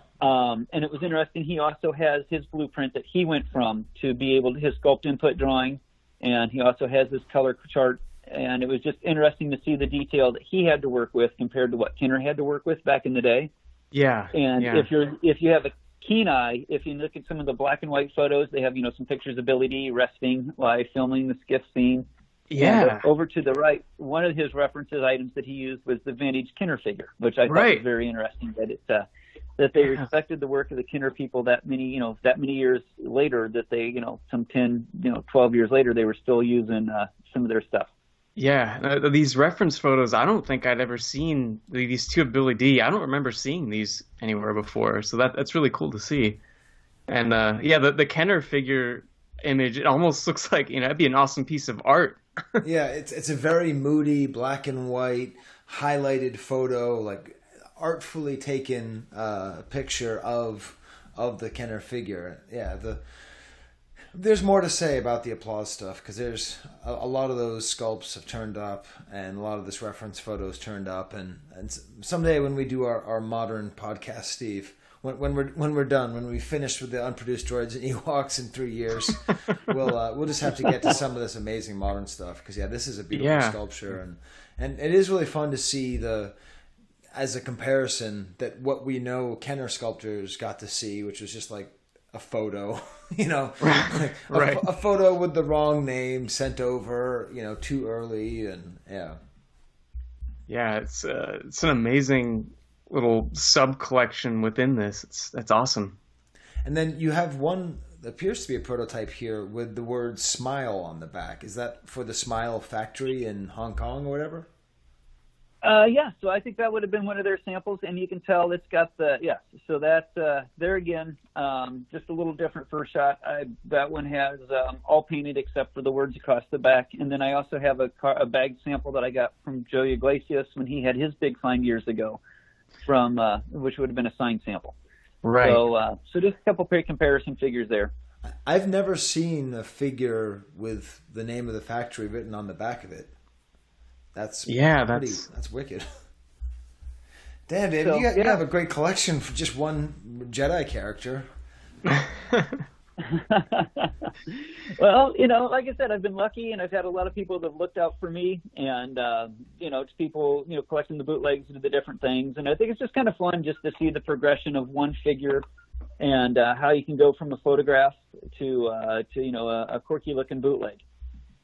Yeah, and we've talked a lot about 3D stuff, but I'm most interested in 2D stuff. Because it's more interesting. So you have a standard one of a kind chromalin with the free Emperor offer, and then next to it you have some kind of black and white thing. I've never seen this before. What is this, David?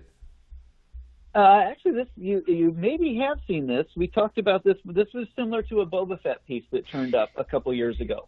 That's right. It's basically, if you've ever looked at your printer at home and you have your different color inks, you have your cyan, your magenta, your yellow, and your black. They would have also used those same color combinations to get the colors in the card back.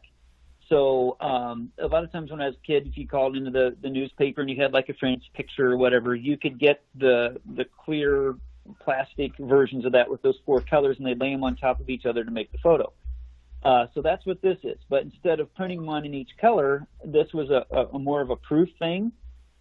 So they would do each color in black, and you could go through and make sure there weren't any ink dots or there weren't any miskomparisons.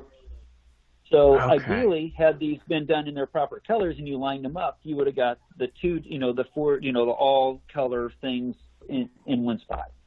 So okay. So it's almost like a grayscale colors. Proof. Yeah. It's just black. They just did them in black for proofing, right? It's like, so how much more black could it be, Steve? The answer is none. None more black. This thing's insane. It's like looking at it, I'm like going mad because it's like the image that you recognize, but it's this really saturated, deep, like delicate differences of black and white, and wow, it really is something. Because you were on, and that's right, you've been on the show, but not as like a guest, as a explainer extraordinaire. I was a wallfly at the party, and I got you guys cornered. We talked about some things in a case. So that's right. It's the same thing. Yeah, but so there's a handful of these that showed up. Mostly Jedi figures. I think there were 2 from Empire, and the rest of them were Jedi with the Emperor offer. And I think there were like maybe 7 or 8 of those, maybe a few more. Oh. Yeah. Should we? So Skye, we were talking about the differences of the card back earlier, and I'm just noticing in this shot of the 3 proofs.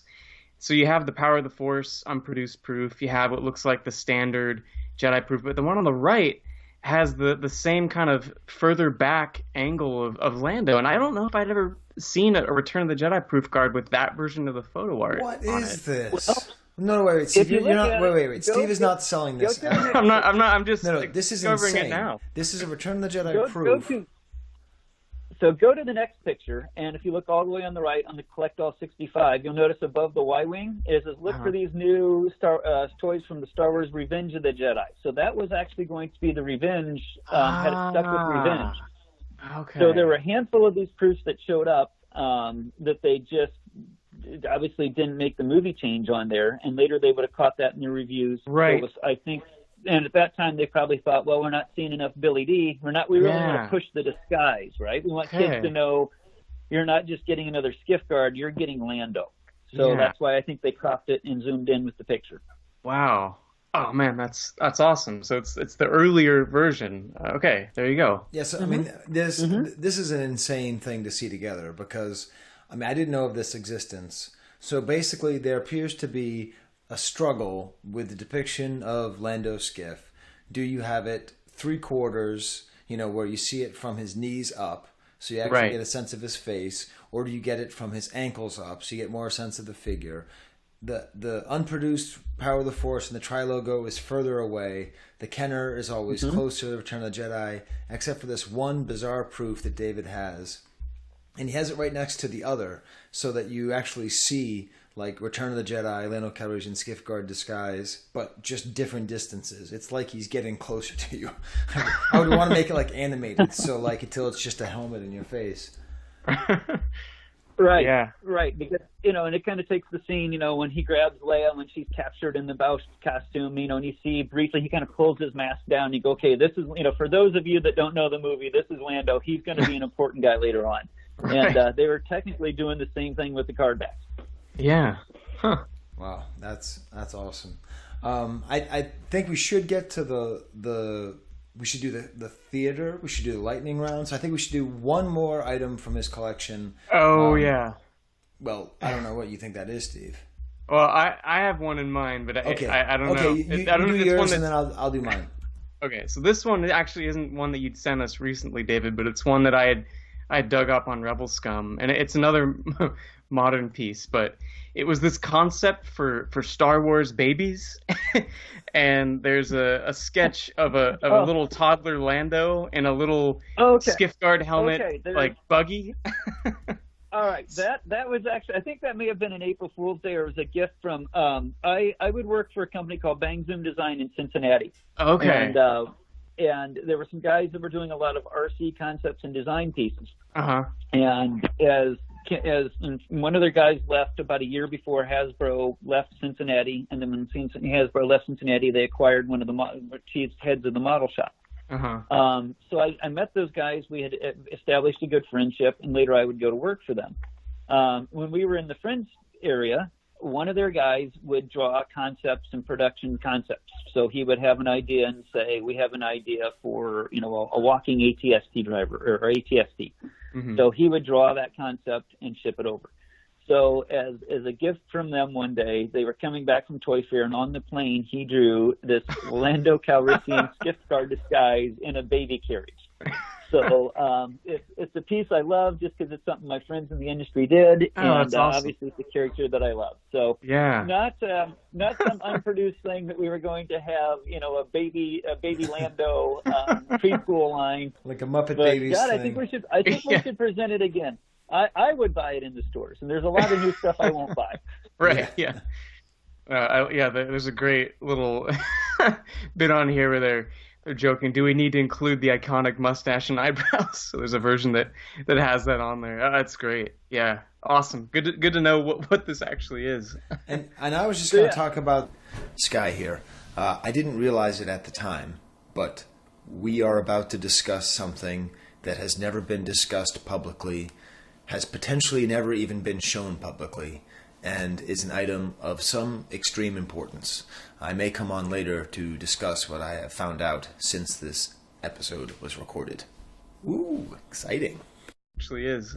and I was just going to talk about the picture, I think from the 1984 advertising plans book. Sure. Which is fairly simple, but I don't know if, of all the weird sort of group shots that we've seen, like most of them have been from European catalogs. This is one that I think we've looked at before. It has Klaatu called Wolf, and it has the Luke Jedi with the weird brown robes. Right. I've never really paid attention to the Lando in this. So what do you know about the Lando is from this 1984 Kenner advertisement group photo?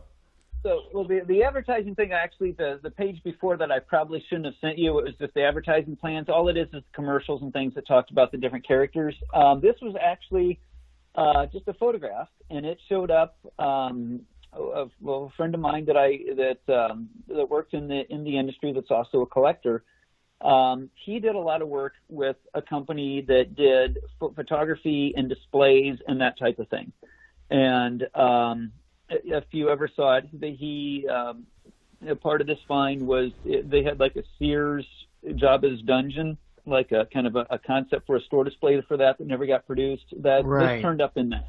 Oh, and it's just some early photography. I would say the Lando, just comparison to mine and the colorization and things for it, I would say it's an internal first shot of that character. Wait, so this picture wasn't ever used anywhere? I think it didn't show up in Europe at one point in time. I think it did, yeah. But I don't remember a pure white low gray. So that was the one thing, Skye. I think in the image that I think we're typically used to seeing, low gray and Leia are kind of blacked out. Like the Leia has the weird, it almost looks like a weird antenna alien thing, and then the low gray is blacked out. I think that might be what you're thinking of. I've never seen it with those two figures specifically pictured. Yeah. Interesting. So this would have been the original shot that they would have taken, and then what you're seeing, what you're actually used to seeing is the more production, more airbrushed, a little wiggled out. Right. But it's neat because you look closely, you've got Luke in robes, so it's Luke Jedi Knight, but it's not the Luke Jedi that we're used to. You got a squid head with it looks like a hard copy belt that no more connects. It's just stuck in there with a black cape kind of wrapped around it. Yeah. I really like, Chief Chirpa's kind of got a little more action. He's got a little more paint detail on the bone, which I'd never seen anywhere else. Wolf obviously is Klaatu, and it certainly has the sand-worn lighter colors, which I think is really actually cooler figure than what came out. Yes, and actually, I have the answer, Steve. Okay. Do you know where I found the answer? I'm going to guess somewhere on the archive. Yeah, on the archive. The article is written by Chris Georgoulias. And I think Ron wrote it with him. I don't know. But we talked about it a lot. The original Luke Skywalker Jedi Knight action figure design. And I was trying to remember what it came from. And it is this image that David is showing us. And it was in the Meccano catalog. Okay. And when we talked about it, we were freaking out because we didn't understand why it looked that like Leia Boosh looked like Jamiroquai, like had this weird like helmet with like horns on it. That's right. It actually was blacking out Akbar's name in the background. Ah, there you go. That makes complete sense now. So Leia was blacked out. Logray was blacked out. Both their names are blacked out. Chief Chirpa was blacked out with a question mark. But then the rest of it is all the same.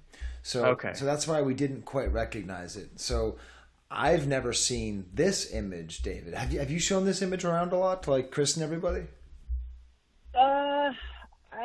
I don't know if you've seen it or not. Okay, because this is, I think, pretty important. Maybe not. No, we should bring it up.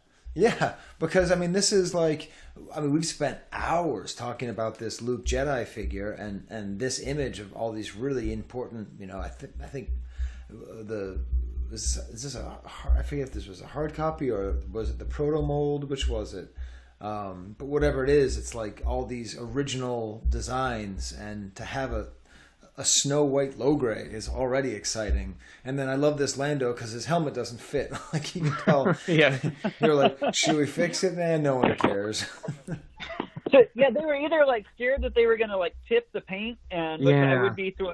You know, the point is that you know, I don't know if that was the deal or if it was like, yeah, this thing isn't fitting, and just, you know, it's like the squid head, right? We got what we got. Just throw the sumbitch in there and take the photo, boys. Yeah. Well, yeah, I like that. It's not about scraping his head. It also reminds me, I played football in middle school, and like, you know, you get your helmets, and you don't get your own helmet. So yeah, I remember the first day I put on this helmet that just barely fit me at all, and like that's like Lando's like, but I'm bigger than this. Put the helmet on, get out there. Exactly. Wow. Well, this is great. This might be the big discovery. This sort of original photo that was used in the Meccano line, because it's also it seems it's higher resolution than that we have of the Meccano one as well, so you can really look at that Luke Jedi. Wow. Yeah. Well, hey Steve, my one last question was actually important. Yours was about Muppet Babies, but it's hang on, guys. I've got an emergency phone call. It's Pablo. He has a TopToys Jamiroquai Leia Bausch. He has for sale. Only sold in South America. I was going to make a Jamiroquai joke, but I forget the name of that one song. What was that? It's like Moving in Stereo? No, that's the Cars. Yes. The Space. It was Space. Yeah, I can't think of the album. I had it, but probably still had a CD somewhere. We all had a Jamiroquai. And I'm looking it up on Google. I just called him Jamiroquai. Okay, Jamiroquai Virtual Insanity. That's the one that I remember. That's it. Yeah. Okay, so just a little postscript here. I've spoken to some people who I think might have an answer. I texted Ron Salvatore, Chris Georgulius. I might have had the wrong text number for Chris because he never responded, and he usually responds. Ron said that he was pretty sure that he had seen it, and then I pushed him a little bit more on it, and he said actually that he didn't remember seeing the uncensored version. So he can't remember for sure. And he has a pretty good memory, so I'm just going to go ahead and say that he dropped the phone and jumped up and down and did a flip and was just freaking out, running around his condo, just screaming, "They found it! They found it! Thank God they found it! Thank God Almighty, they found it! They found it! Praise Jesus! Praise Lord Jesus high above! They found the uncensored Meccano image." And then he fell down the stairs, but didn't hurt himself, so it's okay, and you can laugh. And then he got up and just cried for joy, just wept openly. Or he just said, "Huh, that's kind of neat." I mentioned the white Logray to him, and he said that in the photo it looks like it could just be a little bit blown out, like the exposure on the picture. And then he also mentioned, I do have a white Logray though. So I don't know how I haven't seen that. I'm going to his house next week, I hope. So I'll report back to that, provided that he doesn't have any lingering injuries from falling down the stairs in his excitement. I talked to Matthias Rendall about it, and jogged his mind and realized that it was probably from the same series of the Palatoy and Playmix posters, and is definitely the same picture from Meccano, but he has never seen the uncensored version either. And also, at some point, we were questioning whether or not this picture was taken abroad or taken at Kenner. And I think we now have our answer pretty definitively, that it was taken at Kenner. So I'm calling it a new discovery, the uncensored 65 back hard copy prototype photograph. Maybe we'll have a competition to see who can name it something better than what I just named it. All right, back to the show. All right, well, Steve, I think we should have a commercial. I think so. Yeah, it's time. So, Steve, how do you groom your private parts? No, I'm sorry, I listen to too many podcasts. So let's do a commercial. So every once in a while, David, we do something called Kenner Commercial Theater, and this is where I basically dramatize the entire commercial. I write it out as though it were a work of great art, and then people do the voice acting, and then we just play the actual thing. So, is anyone ready for this, Steve? Are we ever ready? I think we're. you guys have your lines. Steve, you're the bad guy. David, you're the good guy. Oh, Yes. okay, all right. Okay, so we now all have our scripts. Here we go with Kenner Commercial Theater. The voice of God tells us, "The Force is back! The rebels won't tire until they see the last of the Empire, and Kenner is there with the Star Wars Return of the Jedi collection." After the predictable clips from the movies cease, the idealized playscape of an eternal summer backyard in 1983 unfurls before us. The skiff is now transformed into a piece of wood, presumably culled from a nearby oak. The boy, in an inexplicably long-sleeve light blue shirt rolled just below the elbow, maneuvers it through space. A middle-aged woman relaxes in the background, her hair frozen in time and space with a fixative spray that must also be capable of repairing roof shingles. She is reading, insouciant, not heeding the action of the children in the foreground. Are they her children? Just one of them? We will never know. On this makeshift driftwood skiff, Weequay stands next to a Klaatu skiff, wearing his menacing white skirt. Luke, like the little boy who carries him, is improbably overdressed in a full black cloak, with a mysterious skiff guard next to him. His vibro axe is out, and his identity is hidden to all. The boy in the blue-sleeved shirt is the bad guy in this kinder drama. He says, I'm gonna feed you to the Sarlacc pit, Skywalker. The woman, let's just call her Mom. Mom turns her head at this announcement. Is she interested in the story? Is she worried by the aggressive tone of her son? Is her son in danger? As the camera zooms out, we see the other boy, the good boy. He wears a full, long-sleeve red shirt with a white-collared undershirt. Does this boy always dress as Popeye's paramour Olive Oil? We can't know. But today he is in this platonic ever-American backyard with his friend, with his olive oil outfit and his strong helmet of brown hair. With a free market hand, Olive Oil Boy grabs the figures off the makeshift wood-drift skiff, one and then another, and the voice of God tells us, Klaatu, Weequay, Luke Skywalker, and Lando Calrissian, each sold separately. Suddenly, the director makes a bold choice. Close up on the blue shirt-sleeved child as he pushes out a plank of wood. Continuity be damned, as there are now 3 toys in his playscape. The masked man is conspicuously absent. The boy in blue, the bad boy, menacingly says through his Klaatu avatar, Prepare the plank, Weequay. The situation is dire, impossible. Only some spectacular deus ex machina can save this situation. Some coup de théâtre can lead to a satisfying denouement. And then, at this crucial moment when all is lost, extreme close-up on the toy of the masked man, as a dismembered hand lifts his helmet off and the red-shirted boy, the good boy, the boy who makes his mom proud, declares triumphantly, Surprise, surprise! I'm Lando and Skiff disguise. Let's get out of here, Luke. Both boys, in unison, usher the revealed hero and the cloaked Jedi to safety, leaving the 2 miscreants alone on a plank. Screaming at the top of his lungs, the blue-shirt boy yells out in the voice of villainy defeated, Whoa! The plank is falling! As he says this, the boys tip over the plank and the toys fall to their doom. No Sarlacc toy existed, will ever exist. Instead, these idealized boys with their idealized backyard and their idealized absent and ever-present mother have fashioned a pit out of a green bucket dug into a sandbox.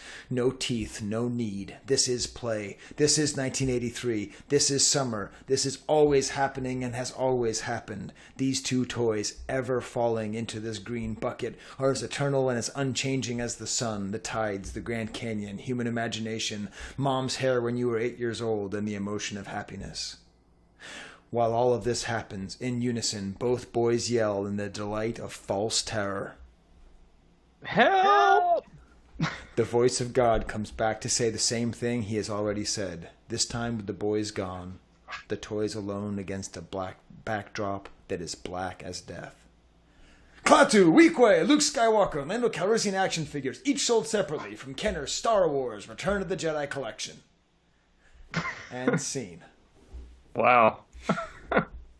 Okay, so now I'm going to play it so you can actually hear it in the 30 seconds it actually took to watch. The Force is back. The rebels won't tire till they see the last of the Empire. And Kenner's there with Star Wars Return of the Jedi collection. I'm gonna feed you to Sarlacc pits, Skywalker. Klaatu, Weequay, Luke Skywalker, and Lando Calrissian, each sold separately. Prepare the plank, Weequay. Surprise, surprise, I'm Lando in disguise. Let's get out of here, Luke. Whoa, the plank is falling. Help! Klaatu, Weequay, Luke Skywalker, and Lando Calrissian action figures, each sold separately from Kenner's Star Wars Return of the Jedi collection. So thank you, Steve, for sharing that. Is that what you got out of the commercial? Yeah. I think in terms of analysis, I think this would get an A+. It really is a great commercial. I've never seen one before where the mom was present. Right, yeah. I feel like maybe some of those earlier ones you might see a dad playing a game or something, but yeah, it's true. I don't know. Yeah. Hey, Colt 45 works every time. Mom couldn't pass up the allure of being in the backyard on a hot day with the kids. Yeah. Yeah, maybe she was a drunk. Yeah, who knows? I mean, she's something. Surprise! I will say this: I don't know if you ever saw pictures of this, but during the Kenner, when they had the sale in Cincinnati, I got to go up in the room in the old not the Kroger building. It would have been up at at the old Hasbro building. And like the room they shot the commercials in was like the most bizarre thing, because there was this like side room that was nothing but like black and white photos of children. And then you had this like bedroom that had things like the bed had like a huge hole cut in the middle of the mattress. So I guess for scenes you could put the camera in the middle of the bed and like shoot different things. It was just the most bizarre room ever. Wait, so you got to when Kenner was leaving Cincinnati, you got to go up and hang around like in the Hasbro offices? They had an auction. They had an auction to the public because for several weeks before, as things were closing out, I would go up there and the security guard would throw you out. Or if you were in Cincinnati, you'd say, "Hey, could I have do you have like some letterhead? Do you have like a pen I could have, something that said Kenner?" And usually it'd be various your typical get out of here. Do you have a badge? You shouldn't be in here, et cetera, et cetera. Don't look in the garbage. And that's how your day would end. But on auction day, it was great because you got he held the door open for you and you got to walk in. And they sold lots of stuff that day, and they went from room to room. The only room at that time, they were still doing their CAD development in Cincinnati.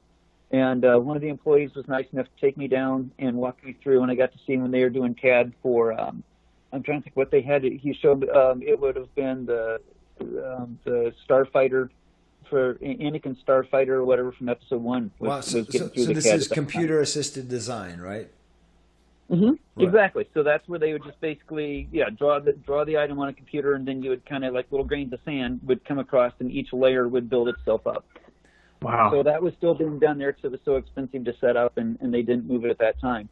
But yeah, everywhere else you were just walking through the different offices. You got to go back to like the workrooms, the prototyping areas, photography areas, marketing, just wander around. And that building, so that was in the Kroger building? No, it would have been.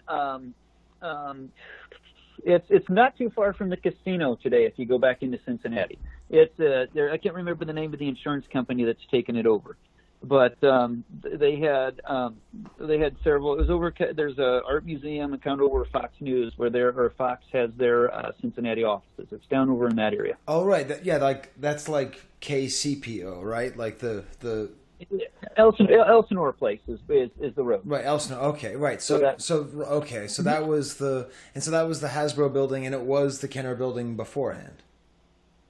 Hasbro decided I guess they decided it was too expensive to be down in Kroger, and they wanted their own facility, so they left. And I think Hasbro made that decision to move them. I don't think that was a Kenner decision. Okay. I think they were pretty happy down at Kroger. Okay. Wow. I think, Steve, we need to have David on more. I think so. I'm really liking the idea of a Huckabone Super episode. We could get like Duncan, David, Ron, and Huckabone on, and just hit go, and then like someone should like sneak up behind me and like put chlorophyll on a rag and make me pass out so I don't interrupt them. And and I think we get a lot of good stuff. So I'm thinking, Steve, should we do one of our famous ambush market watches? Yeah, I guess we could. I've prepared it. I figured you might have. If you're up for it, David. Okay, so this is... Sure.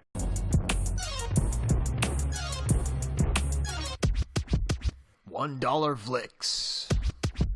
Market Watch. This is how this works. I'm going to alternate between things that have sold and things that are for sale. And so I'm going to ask you what the asking price is if it's for sale, and I'm going to ask you what it's sold for. And you're going to have to guess, and whoever's closer gets a point. And then whoever wins, I don't know what. Whoever wins gets to kiss Duncan. So no way, I'm not getting in trouble with Ian. Okay, so we're going to start with something that's sold. Okay? So, all right. So you can't look this up. What do you think an AFA 75 TopToys Lando Skiff? So this has got the free Nien Nub offer. That 65. There's no Lando with Nien Nub offers available in America because it was a 65 back character. So what do you think this sold for AFA 75? So this is the Australian carded figure. Yes, Australian carded figure. So AFA 75. Yes, so it's a Nien Nub offer Lando Skiff. It's in good condition too. It looks nice. It's unpunched. I'm probably way off as usual, but I have something written down. Have you written it down, David? Yeah, you have to write it down so you can't cheat afterward. Yeah. Okay. All right. What did you say it was, Steve? I put 250. Okay. And what did you put, David? I went on the high end because you don't see those too often. So this is the one with the revenge sticker, right? No, not a revenge sticker, but it's got the free Nien Nub offer. Okay, I was going with the one that so it's returned. So I said 600 if it was revenge. So I'm going to probably mark that down to like 450. Okay, the winning bid with 41 bids was $860. Whoa! Yes. Now, do you have one of these, David? I have a squid head with the 9 offer, and I think I have a TopToys that's just the regular. I think he's just the regular version for Lando. Okay. I'd have to look into that. I didn't dig out any of my carded stuff for you guys. Maybe we'll do. I'll send that to you another time. Sound good? Yes, that sounds good. Now, what do you think one is currently being offered for? Not so it's the same item. Yeah, AFA 40, but it's on for sale. So what do you think this is being sold for? I'm saying 5. 5. Okay, what are you saying, Steve? I was going to say 5. I'll say 550. Yep, they're trying to sell it for 1,000. Okay. So keep trying to sell that, Mick Fett. I don't know who that is. That might be someone cool. I don't know. All right. Let's see here. Another thing that's sold. This is quite interesting. This is what do you think a ungraded, good condition, punched, but I would say, C8, C7, C8, solid condition, Return of the Jedi Lando Skiff goes for? Like just your basic unit of Lando Skiff. Okay. Do you want me to say? Yep, I'm ready. Why don't you go, David? I'm saying 85. Okay, what are you saying, Steve? I had 95. Steve, you're closer, 150. Dang. Well, that seems to be about the price. Like if you want to get a good condition Lando Skiff, it seems that in between $100 and $150 is the going rate, which, for such a cool figure, I think really sounds pretty good. Now, what about a standard Emperor offer with a slightly yellow bubble? What do you think that went for? So this is one that did sell. Yes, it did sell. I'm not going to do the on offer anymore because those are just too stupid. Okay. Actually, I'm going to do one more like that. Okay. So you said Emperor offer yellow bubble? Yeah, yellow bubble, but besides that, it's mint. All right, I'll go. Okay. I put $66. All right, what did you say, David? I want to get something right with my $88 offer, so I'm saying 88. Okay, well you're closer again. It's 100. Okay. Wow. Yeah, it's sold for 100. So, are we tied now? I'm so bad. Wait a second. You're not keeping score. No, David's up 2-1. That's right. Okay. It's scoring in Skiff Guard disguise tonight, guys. We really don't show you the score until later. Yes, right. Yes, thank you very much. And then this is just what's interesting: a first shot, AFA 90 with a COA is currently for sale. You might know this, David, because you might be looking it up. It's a clear plastic prototype first shot torso. So, okay. What do you think this is currently on sale for, Steve? I'll just throw out 1,700. Okay. What do you say, David? I think one sold at Celebration for $1,200, and I think this one's $2,000. Well, $3,500 is what it's being offered for. Jeez. Yep. But who knows if it'll sell? So there are 43 people watching it. So I think David definitely won. So he clearly won. Yes. So it's easy when you only have two figures to look for, Yes, it's true. So that means you get to kiss Duncan, but I happen to know he has a thing for blondes, so you should be fine. That was my other theory, was that you were secretly Anne in disguise because of the blonde hair. That actually makes a lot more sense than you being Nugget in disguise. But these are really complicated theories that I don't think I should pursue any further. I should just stick to Top Toys not existing. That you gotta just pour all your energy into that one. Yes. Yeah. Oh, awesome. Well, I think we're going to move on to talking about Lando stuff that is silly. So I think we've had enough with your awesome stuff. Is there something about Lando that we didn't talk about? Wait, Steve, we haven't done the lightning round yet, Steve. That's true. We haven't done that in a long time. Are you ready for the lightning round, David? Sure. Yes, he is. Okay. Let's see if I remember all the questions. All right. I probably don't. The first question. What is your favorite bad line from a Star Wars movie? I don't know. I don't think I have one. Is that getting me thrown off? Steve, have we ever accepted not having one? There's a first time for everything. Yeah. I guess I think maybe the singing Ewoks when they're lighting the fire and they're going, they kind of doing that little thing. You see, that David, totally counts. That's why we insist, because that is a hilarious answer. We're going to burn these sentient creatures alive. They speak and have culture and feel pain. Yeah, exactly, right? I mean, you're like, it's the Burning Somebody Alive theme song, right? You're just kind of merrily singing it along. Some sound designer who worked his entire life, and he's like, I got to do a what? We should like get like scenes from like Joan of Arc or the Witch Trials or whatever, and just put that Ewok sound in there, like overdub it in the movies.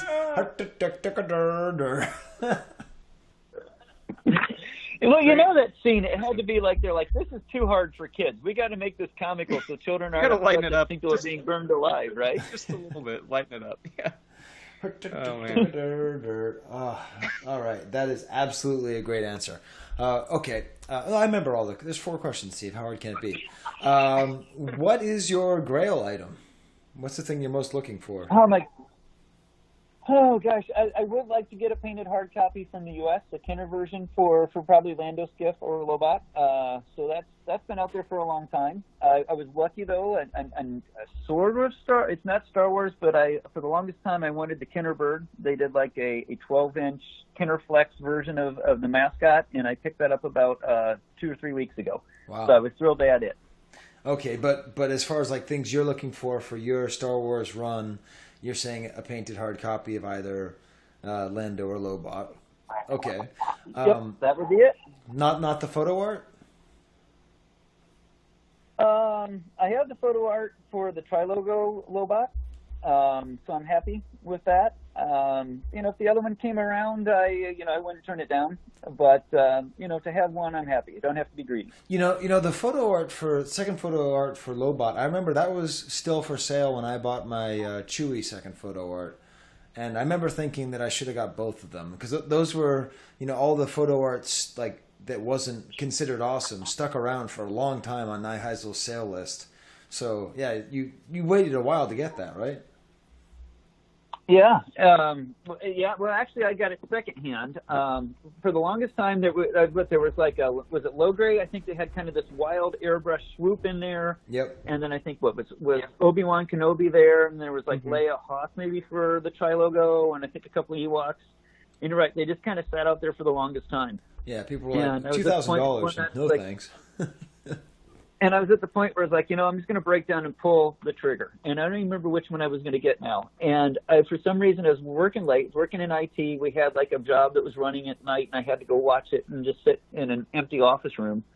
And on eBay, all of a sudden, the Reeves photo art just pops up. And it was like the same day I was like ready to pull the trigger. So I miraculously was able to grab that like 2 seconds after it was listed. And he had a bunch of carded Reeves figures, and I was like, trying to put a bid in on those to see if he'd sell the whole set, and it turned out to be a crazy day. So, wow. So that but was. But you don't have the Reeves art anymore, do you?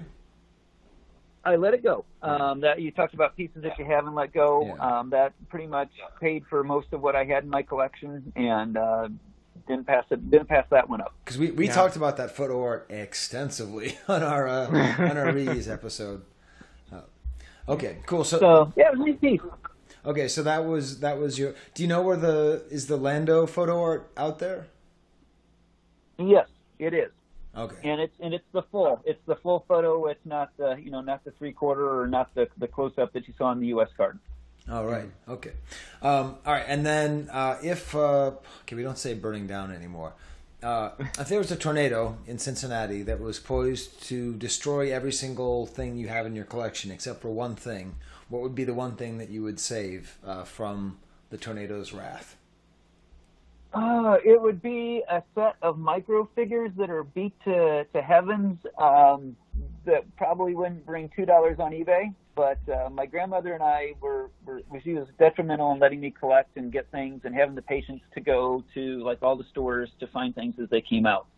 And she, when I was in junior high, fell victim to cancer. And one of her friends had stopped by a garage sale and saw some Star Wars things and bought these micro figures and gave them to my grandmother to give to me here for right like the day she passed away.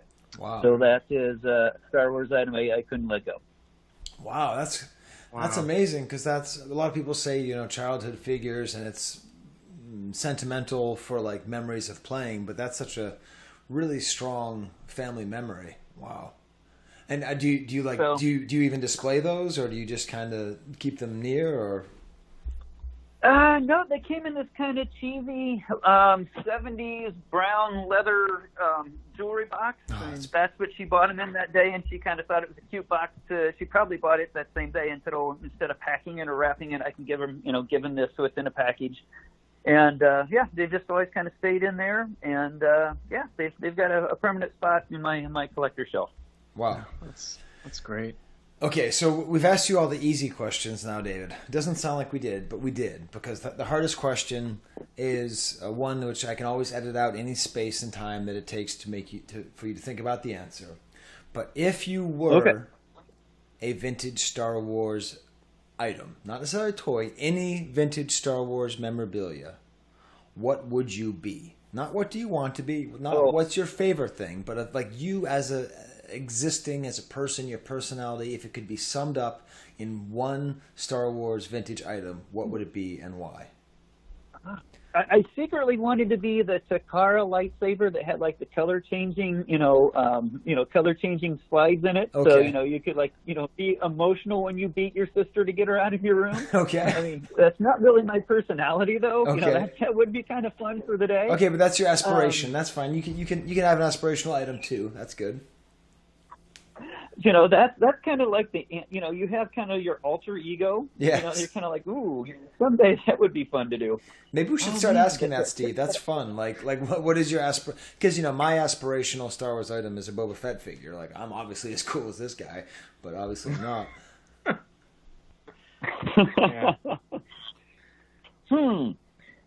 So that I think is a representation of me, right? Yeah, there's psychological truths hidden within this answer, so it's a fun thing to think about. Well, I think after talking to you guys, I think I'm kind of the Jawa or the Sandcrawler, right? I kind of hide in the shadows at events, kind of make my way, jump out, grab a few items, put them in my car, and drag them home, right? So, And you have the auctioneer part comes out there too. That you have the sales. Every once in a while, we line everything up. I don't display it well, but I've got a few pieces when you guys call and show it to you, and we go home. You're a tall, blonde-haired Jawa. That makes sense. Yeah. These things go. There's a lot of dissonance in that image, but I like it. Oh, awesome. Cool. Well, we'll definitely get you back on again. You're always a pleasure to have on, and you know a lot, and you have a lot of great hobby history, so we really appreciate having you on here. Well, guys, I appreciate it. It's an honor. I love the work you do, and I love catching up with you guys at different events and shows, and look forward to catching up with you real soon. All right, sounds good. Thanks, David. All right. Good night. We went through so many great things of his, and we didn't touch on everything. No. It's interesting because we really appreciate and we really like the Vintage Rebellion, and we definitely don't do the show the same way. And I thought about going through every single thing that he sent us, and that would be a lot more information, and we would learn a lot more. But I sort of fear that it would sort of wear out the audience. So I don't know. I am interested in feedback about if people want to put on Facebook or something. If this as a very specific example, would you prefer the episode to be 45 minutes longer if we went into every item that he had in his collection, or is it better that we left some things unsaid? I don't know. Sure. Yeah. No, I mean it's just so much. Well, speaking of too much, I don't know if we want to close on maybe a basket, like a Skiff-shaped basket of unloved Lando Skiff items. Oh, yes, we will. Okay. And here comes the drop.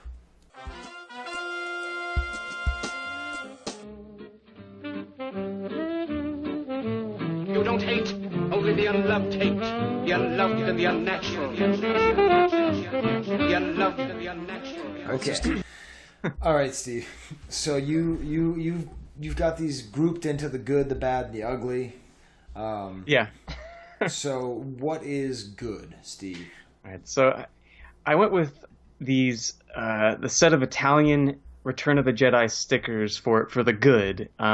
There's a Lando Skiff one in this set, so there's 18 characters all in all, and this artwork it appears in other places, but this is a set of stickers. So you have Lando Skiff is one of these 18. It's got an image that the artwork is. I think it's probably replicated elsewhere, but I like the way that the set is set up. So you have, let's see, one second.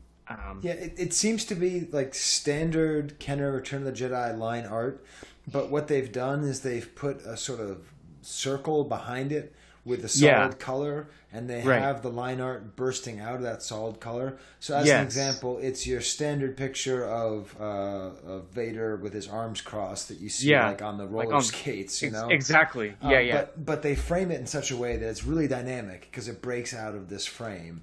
Same thing with the Chewie. I don't have that Chewie. And I was wondering if you did, I need it. Look at the spelling of Chewbacca. Ciubecca. Chewbacca. Man, there's also half the girls I went to school with were named Becca or Jen, so this is great. Well, see, another reason you absolutely need that is these are apparently sold in packs of 2, and if you notice, who is Chewie paired with? He's paired with the Emperor. Yeah. If I were a vintage Star Wars item, I would be this. I wouldn't be Italian. But still. If this is a French sticker set, then it would be you. But I love that some of the Italian names for these other characters too. So Han is Ian Solo. It just looks like Ian Solo. Ian Solo, yeah. Let's see, there's some other good ones. Yoda is spelled with a J. Yes. Yeah. Yep, and then instead of Darth Vader, Admiral Akbar is Amiraligo Akbar. It's great, yeah. Darth Vader is what is it? Dart Fenner, right? Which goes all the way back to the Harbert 12 backs. That's also what he's called there. That's right. Yeah. These are like it's taking like a set of art that you see a lot, but it's presented in a really dynamic and cool way. And Lando Skiff happens to be in this set, so that's the good. Yeah, these are really, I don't know how I didn't know about these, but yeah, I definitely need to get I need to get 2, one for my Emperor collection and one for my Chewbacca collection, because I mean this is going back to this repeated imagery. I've never really liked the Return of the Jedi image that they chose for Chewbacca. Like he's kind of like turning and he has a goofy look on his face, but he does have a goofy look. He looks cool. Yeah. Okay. So that's the good. That's the good. And this next one... It's good that you start this because Good, the Bad, the Ugly, of course, is an Italian movie. Yes, so, Brutto, bueno, brutto. Okay. So next, I say this is the bad, and it's not all bad, but it's some of the Lando Skiff Topps trading cards. And I'd say that the cool thing about this is that that same image, I think, is used on one of the packages for the Topps cards in the second series for Jedi. So it's also really it pops, like the art pops on the card packet, but the cards themselves. We talked about this, I think, with Gary when we had him on way back when. But they kind of started running out of images and ideas for filling out card sets. So every one of the Lando ones is basically the same thing. You have one that's Heroes in Disguise, and it has him and Leia, and then you have another one that's just Lando Calrissian's disguise. It's just a close-up of him with this actually looks like one of those reference photos that kind of appears everywhere. And then another one in that same later series, Lando Calrissian undercover. And so this image I don't think I've seen before, but it's basically, it just shows what was going on with those sets where you have the same basic stuff repeated like 3 or 4 times. Yeah. No, I love the art for the actual pack for the cards itself. That's awesome. So what he's talking about is the actual wax pack outside has a line drawing, and it's for the second set of Return of the Jedi Topps cards, and it's a beautiful drawing of Lando. And these are nice too. Again, it's the framing device is nice because it's coming right out of the rectangle. It says Return of the Jedi. Exactly. It's really nicely framed. Yeah. Heroes in Disguise. Lando Calrissian disguise. Lando undercover. Lando. Can't tell who that is. Look who's in a mask. Yeah. Okay, so that was the bad. We have a sticker. That's the bad. Sticker good. Topps cards bad. And then what is this ugly, Steve? So the ugly is it's a figural mug of Lando's skiff, it's just his head. Now, we've talked about some other Sigma items many times in the Unloved segment, but I don't think we've talked about these mugs before. So there was a series of mugs that were all in the shapes of characters' heads. And the Lando skiff one, it takes all of the cool of Lando's skiff and just sucks it out to me. Like, it is the weirdest kind of bland looking. So bad. It's not good, right? Yeah, well, it's just it's almost like all it's one attacking color his face. tone. It's very. Yeah, he doesn't look black. He looks like Tom Selleck. Like yes, he has right. Tom Selleck mustache, Tom Selleck skin tone, Tom Selleck eyebrows. It looks like his. It's like some kind of Cronenberg mask that's taking over his face. The mask it's is totally completely Cronenberg. white. Yeah, absolutely. The helmet. Boy, Morty, I really Cronenberg the world up, didn't I? Oh, Morty, we really Cronenberg this up. But the helmet is not dark enough. None of the colors are right. No. And the rest of the figural mugs are basically right on. But this this one is just it's not good. I have the Klaatu one actually. Tessa got that from Todd Chamberlain for a Christmas gift for me. I use that actually on my desk at work along with my tape dispenser 3PO. But I hadn't actually really looked at the others in the set, and this Lando is it's no good.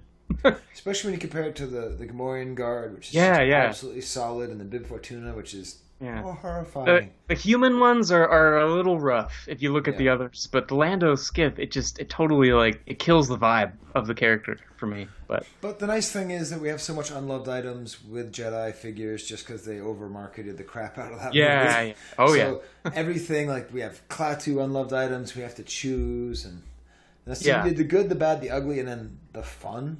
Well, this is just a throw-in. It's a throw-in. I know you like coloring books, so I figured we never talk about them really on the show, and I wish I actually had one of these in hand to look at the interior contents, but this is one that has Lando on the skiff kind of duking it out with a Nikto guy, which is this is another image that I think you'll see repeated elsewhere, but there you go. It's a Lando cover, so if you went on a crazy focus binge with Lando's skiff, you could actually, there's a lot of other weird stuff out there that you could pick up. So yeah, this is a weird photo that's shown a lot and is designed to show action, but it's a complete failure because Lando is fighting with a skiff guy, but you can't really make out who the skiff guy is. Yeah. They're struggling over a gun, but he can't really figure out who has the gun. There's an explosion in the background. The composition is entirely central, but it's not like if you're going to have a central composition, you want to have something kind of monumental or cool. You can't really read what it is. It's not engaging at all. It's almost as bad as the figural mug. I do have this my childhood version of this coloring book. Oh yeah? So, oh, awesome. Yeah, and I put up in the Museum. I colored in a Chewbacca, and coloring books.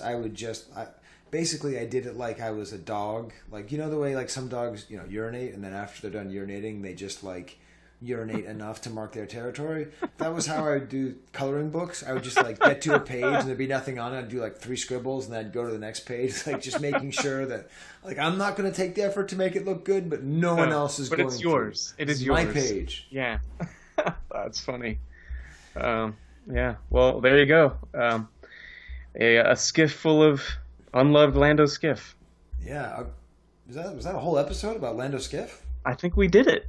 Yeah. We did. We talked a little bit about Disney, but beyond that, that was pretty streamlined episode, Steve. I think so. Yeah.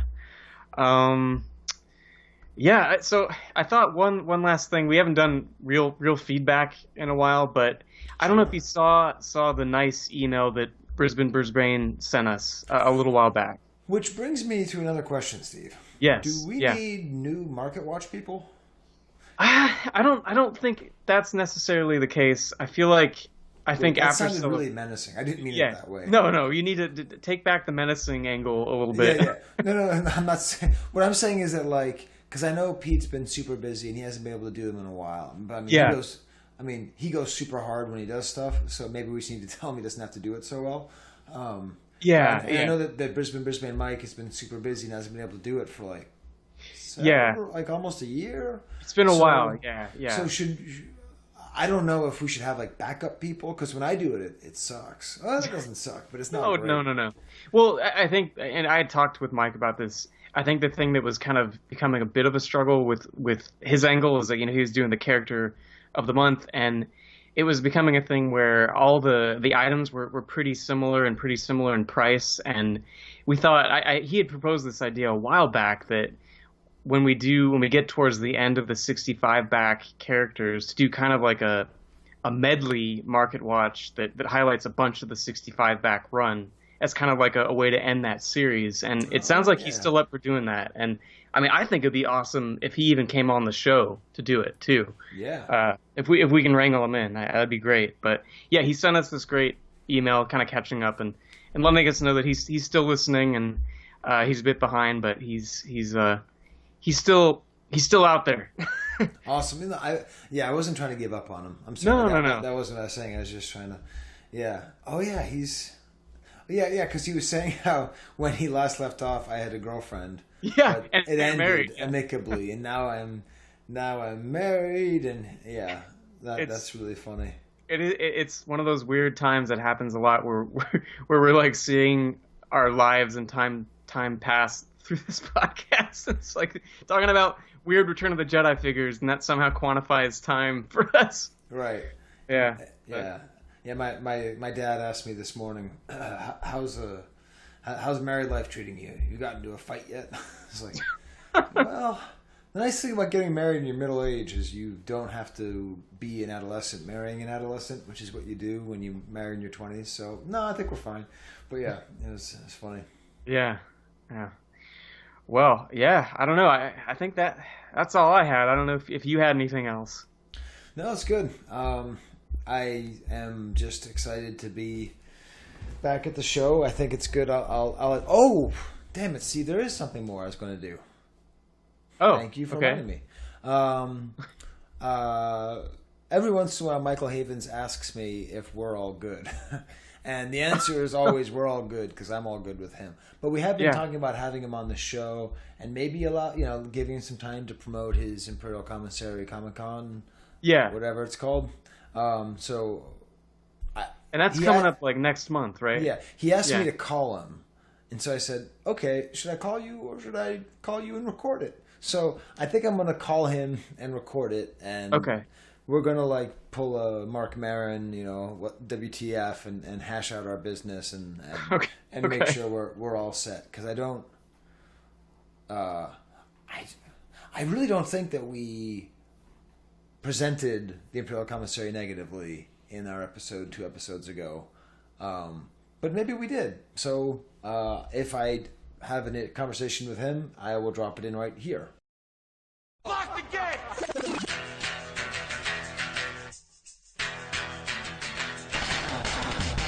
Are we doing this? Really? Wait for it. Are we doing this? Wait for it. Ow! What? Hello, Chive-Casters, Chive-Casterinos, Chive-Casteriers. It's Skye. Wait. I'm going to have a sip here from my Emperor cup. Wait for it. Pow! That was I was drinking from my Emperor cup. So, we're going to talk to Michael Havens from the Imperial Commissary. And look, over the years, we've butted heads here and there about this or that. I'm just going to, give him a call here in the dog ranch and make sure he's, that we're all good and we're going to talk. He ends up talking a lot about his convention, a lot about his convention. I'm not going to cut any of it out because I don't feel like editing. But, there's some good stuff in there where we go over the nature of Facebook collecting and his beefs with Joe, and then a lot more stuff about his convention. But it makes sense, he's putting on a convention, and so that's what he's going to do. So we're going to talk about that and my days back in the 80s as, major heroin user, and it's going to be very fun. So here's my interview with Mike Havens. It's about 40 minutes long, and probably about 37 of those minutes are about the convention. But those other 3 minutes, well, there might be some special stuff to it. All right. Lock the gates. Cool. All right. Well, then, in that case, I'll get my radio voice on here and say... Actually, I've never even asked. Do you prefer Michael or Mike Havens? It doesn't matter, man. Mike is fine, but it really doesn't matter to me. Whatever comes out is fine. Don't stress it. And I'm tacking this interview on. I recorded the entire episode 101, and it was all kind of set. And then about a week and a half ago, I got a message from you saying, hey, I'd like to talk and clear the air if the air is unclear. And so, being the radio mind that I am, I said, well, let's just put it on the podcast. So what's going on, Mike? What do you want to talk about? Oh, not much, man. When we were up at Celebration, you said you wanted to get me on the podcast, so I was just seeing if you still wanted me on the podcast. That was all. Oh, okay. Well, it wasn't anything like that. I didn't know. I mean, I know you did the thing with Joe and stuff, and that's why I figured, because we were supposed to record one. I don't know, man. That was more just like personally between me and you. I mean, we were talking about it at the meetup, and then we talked about it outside. I didn't know that's what this was, man. I thought you wanted to do an interview thing like we talked about. Yeah, well, that too. We can do both. Okay. Yeah, well, cool. Yeah, no, But no, I mean, it's totally up to you, dude. It's your show. I mean, you can do whatever you want, but I was just seeing if you still wanted to record something. Because I'm obviously promoting a convention. Yeah. Well, let's do both. Let's kind of have a convention promotion and then a sort of... Well, we'll do beginning and end with the convention because that's coming up. It's actually on my birthday, which is kind of weird timing. But why don't you promote it, because I don't know how much. I mean, I think all of our listeners know about it, but why don't you tell us what it's about, Mike? Yeah, well, all we're trying to do is we're trying to make something just for the actual collectors that doesn't really break anybody's bank, gets us a lot more of what we're looking for, a lot more vintage toys in one place, but also puts on a full-scale convention that doesn't have you packed in a billion people into one place. I don't know, just trying to avoid the corporate thing, make it more, you were at the meetup, more like that, except huge with guest stars. That kind of thing. That's what we're trying to produce. We're trying to produce something more for the fans instead of for the corporate giant that needs to pay the board of directors kind of deal. And it's been going really well. There's lots of really, really good buzz, and I'm really excited for it. So, yeah, definitely come on out, www.icnashville.com. All right, I see Nashville because it's down in Nashville, and it's going to be September 13th and 14th. Is that right? 13th, 14th, and 15th, 3-day con. But Friday the 13th, it's only for VIPs. That's one of the many things why it's so different. Instead of just letting everybody in when VIPs are let in, VIPs get their own special day. It's a full-scale convention. There's guest stars, there's vendors, there's everything.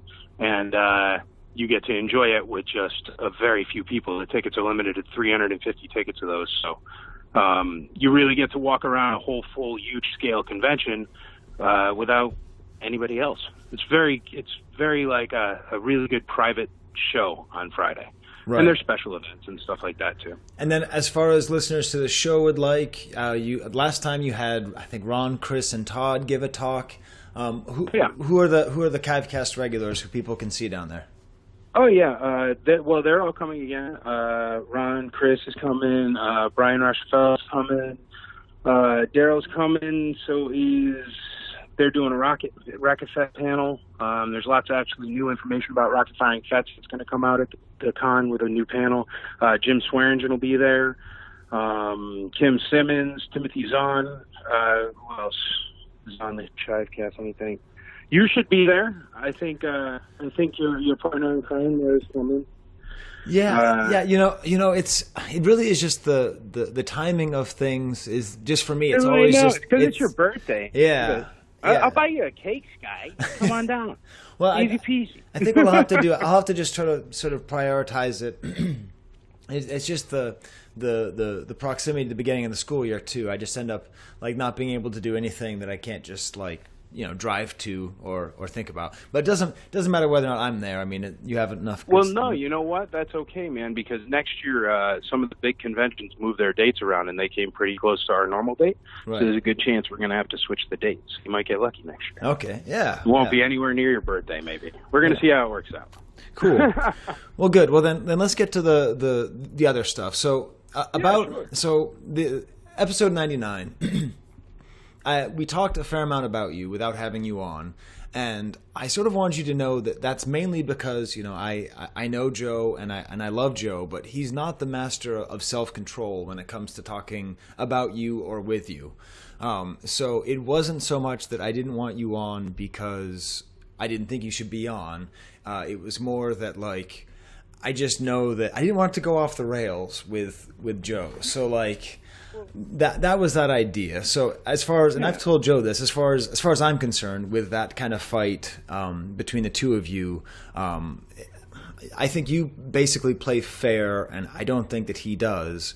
And so that kind of makes an inequality because, you know, I'm personal friends with Joe and I've known him for a long time, and I'm getting to know you. So there's just a lot of weird, like, dynamics at play there. So I just figured we'd sort of have you on, you know, sort of. Yeah, sure. I mean, I don't mind. That. Yeah, no, I don't mind talking about it, man. It's not so much a fight. I'm not really that kind of person. I am loud. I am a big shadow that I cast. That's on me. But I'm never going to change that, and that's also the reason why conventions can be built from scratch out of nothing that actually, you know, make it affordable for the actual fan. That's what drives me. That's my driving force in my real businesses, whether it's the trucking company or the art galleries. That's what keeps me going, and that's what keeps me moving forward. I'm always an all-inclusive type of guy, and as I've said to Joe a million times, I'm more than willing to bury the hatchet. He's more than welcome at any IC event ever. I've even offered him to do Uze talks at ICCC. And the reason why is because no matter what, whether it's somebody frustrated or not frustrated or whatever the situation might be, or whatever that person's personality causes them to act out in whatever way, it still doesn't change the fact that Joe is extremely knowledgeable as far as any kind of Uze or vintage bootleg figures. He's probably one of the most knowledgeable, if not the most knowledgeable people, certainly the most knowledgeable people that have put anything down on websites or paper. Right. As far as this is concerned. And I respect that, man, and I would love to be able to share that with the community, but if the guy's going to hate me for no reason, he's going to hate me for no reason. And all I can do is not engage and always be apologetic and always reach out my hand in peace every time I see him. And he can slap it away every time. That's totally his choice. Or he can come play, because that's all I'm offering, man. Nobody else was making anything for us as collectors. I mean, there is the history of the SWCA and the info and all the stuff that you guys have brought before that has taught us all these wonderful things that allow us to understand the variations of things and the differences and this, that, and the other thing, and prototypes and pre-production and all these wonderful things that we get to learn from those pages. But the thing is there's no live beating heart of this hobby that keeps us all coming back every single year, and that's what this needs to be. We need a place. The best I can say is, you know, James's Forge shows up at CTS Promotions. Yeah. The great, right? Great toy shows, great shows, a lot of fun. But it's a toy show, and that's really the closest thing that we as collectors have for a convention. And it's wonderful, man. I love going every single time. Top notch. But I want the pomp and circumstance of these big, full-scale conventions. And the thing is if you're not owned by a giant corporation that can literally give you specialized secret clips of the next movies coming out, you know what I mean? It's right. Very hard to do something like this. But with the help of really, really good people, I've gotten really, really good connections, which have brought people like Gus, like Duncan, like Ron, that all come out and all try to build this thing together, because it's one of the only places where, man, I give away, I think it's 42 club tables this year. I'm all about the fans. I mean, Celebration, as wonderful as it is and as big as it is, and it's top notch. I go to Celebration every year, don't get me wrong, but I believe they had something like 15 club tables, and I believe their venue is twice the size. So I'm more trying to cater not so much to the I like Disney World, I'm a huge Disney fan, now I go to this, and I like Star Wars too. I'm trying to cater to the, well, man, we used to talk about it in grade school, you know, at a sleepover, and the true way that Boba Fett got out of the Sarlacc pit is because he had a thermal detonator here, and obviously the rocket pack could be fixed because he has a toolkit on his belt, blah, blah, like that kind of stuff, man. That's who I'm trying to cater to, and that's who we are. And the reason why, the whole reason why, is because I go to big conventions and I hunt Star Wars. You know this. I hunt Boba Fett. I live in Middle Tennessee, man, and Middle Tennessee is built all on this rock. So there's no basements. And what happens to Star Wars when it's kept in an attic in 100-degree heat for 4 years? It gets ruined. So the only way to get awesome Star Wars to come to Middle Tennessee is to throw a giant toy show or a convention. I figured why not go for the convention, because I happen to know a few guest stars. And now that we have something like, I think it's 38 guest stars, man, I mean, I think we made the right call here.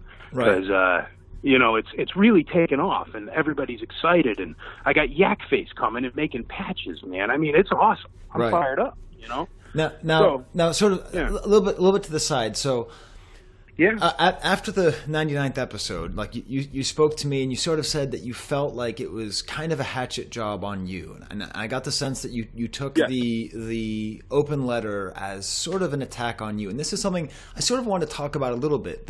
That often when I make sort of general comments, often I feel like you take it like hyper personally, and so I sort of wanted to talk about that. Yeah, if you could, man. I mean, I didn't take your open letter personally at all. I had no issue with your open letter. Okay. As I tried to write. My issue is that you put Joe on, completely separate from me, didn't give me a chance or opportunity to respond, and allowed him to say something that was, now I'm just paraphrasing, but it's 99% exactly the statement that you put at the end of your episode was, Mike Havens is a horrible person and bad for this hobby, and he doesn't know crap about Star Wars. Right. Now, the thing is that's completely invalid. It's complete slander. It's complete nonsense. Yep. I totally expect it from Joe, but I wouldn't expect it from such a wonderful podcast that's been around for so long, that's tied to such a major, wonderful group of people like the SWCA. Yeah, that's why I was so shocked. I guess what I was hoping for. I have no problem with your open letter, man. Yeah, it might have been too subtle, but what I was trying to do was like, and if you hear me when I talk about it, I very specifically tell Joe that like I don't agree with his assessment. I think he goes too far. I was trying to let him say it, and part of the idea, part of me is thinking that if people hear it, right? I knew I would get you on eventually, so people can hear your side and people can hear his side. And I do know that there is a large, there's a fairly large, like you said about yourself being a large personality, there's a large pro-Mike camp and a large anti-Mike camp. And I know it's ridiculous, but part of what I hope to do as a sort of intermediary is explain to the anti-Mike camp why they should like you, and explain to you like why the people don't, in a way that's not hurtful or like angry or like bitter, because there is a lot of that, and I think that's on the other side, So, brother, which I can understand, man. For example, I'm throwing a convention, right? Right. Twitter. Everybody's on Twitter, and they're on, what is it, Snapchat, and they're on something else that's new, like Zazzle or some nonsense, right? And I can't compete with those. I can't promote my stuff on those. You know why? Because I don't understand how to write Twitter speak, man. I don't get it. Right. I mean, it doesn't compute with me. Someday, somebody younger that comes up and starts collecting will be like, Mike, I've got 80 billion Twitter followers, and I know how to do that. Can I run it? And I'll say yes. You know what I mean? Right. So the thing is you can choose when the world changes, because the only thing guaranteed on the planet, brother, is change. And if the world changes, you can do one of two things.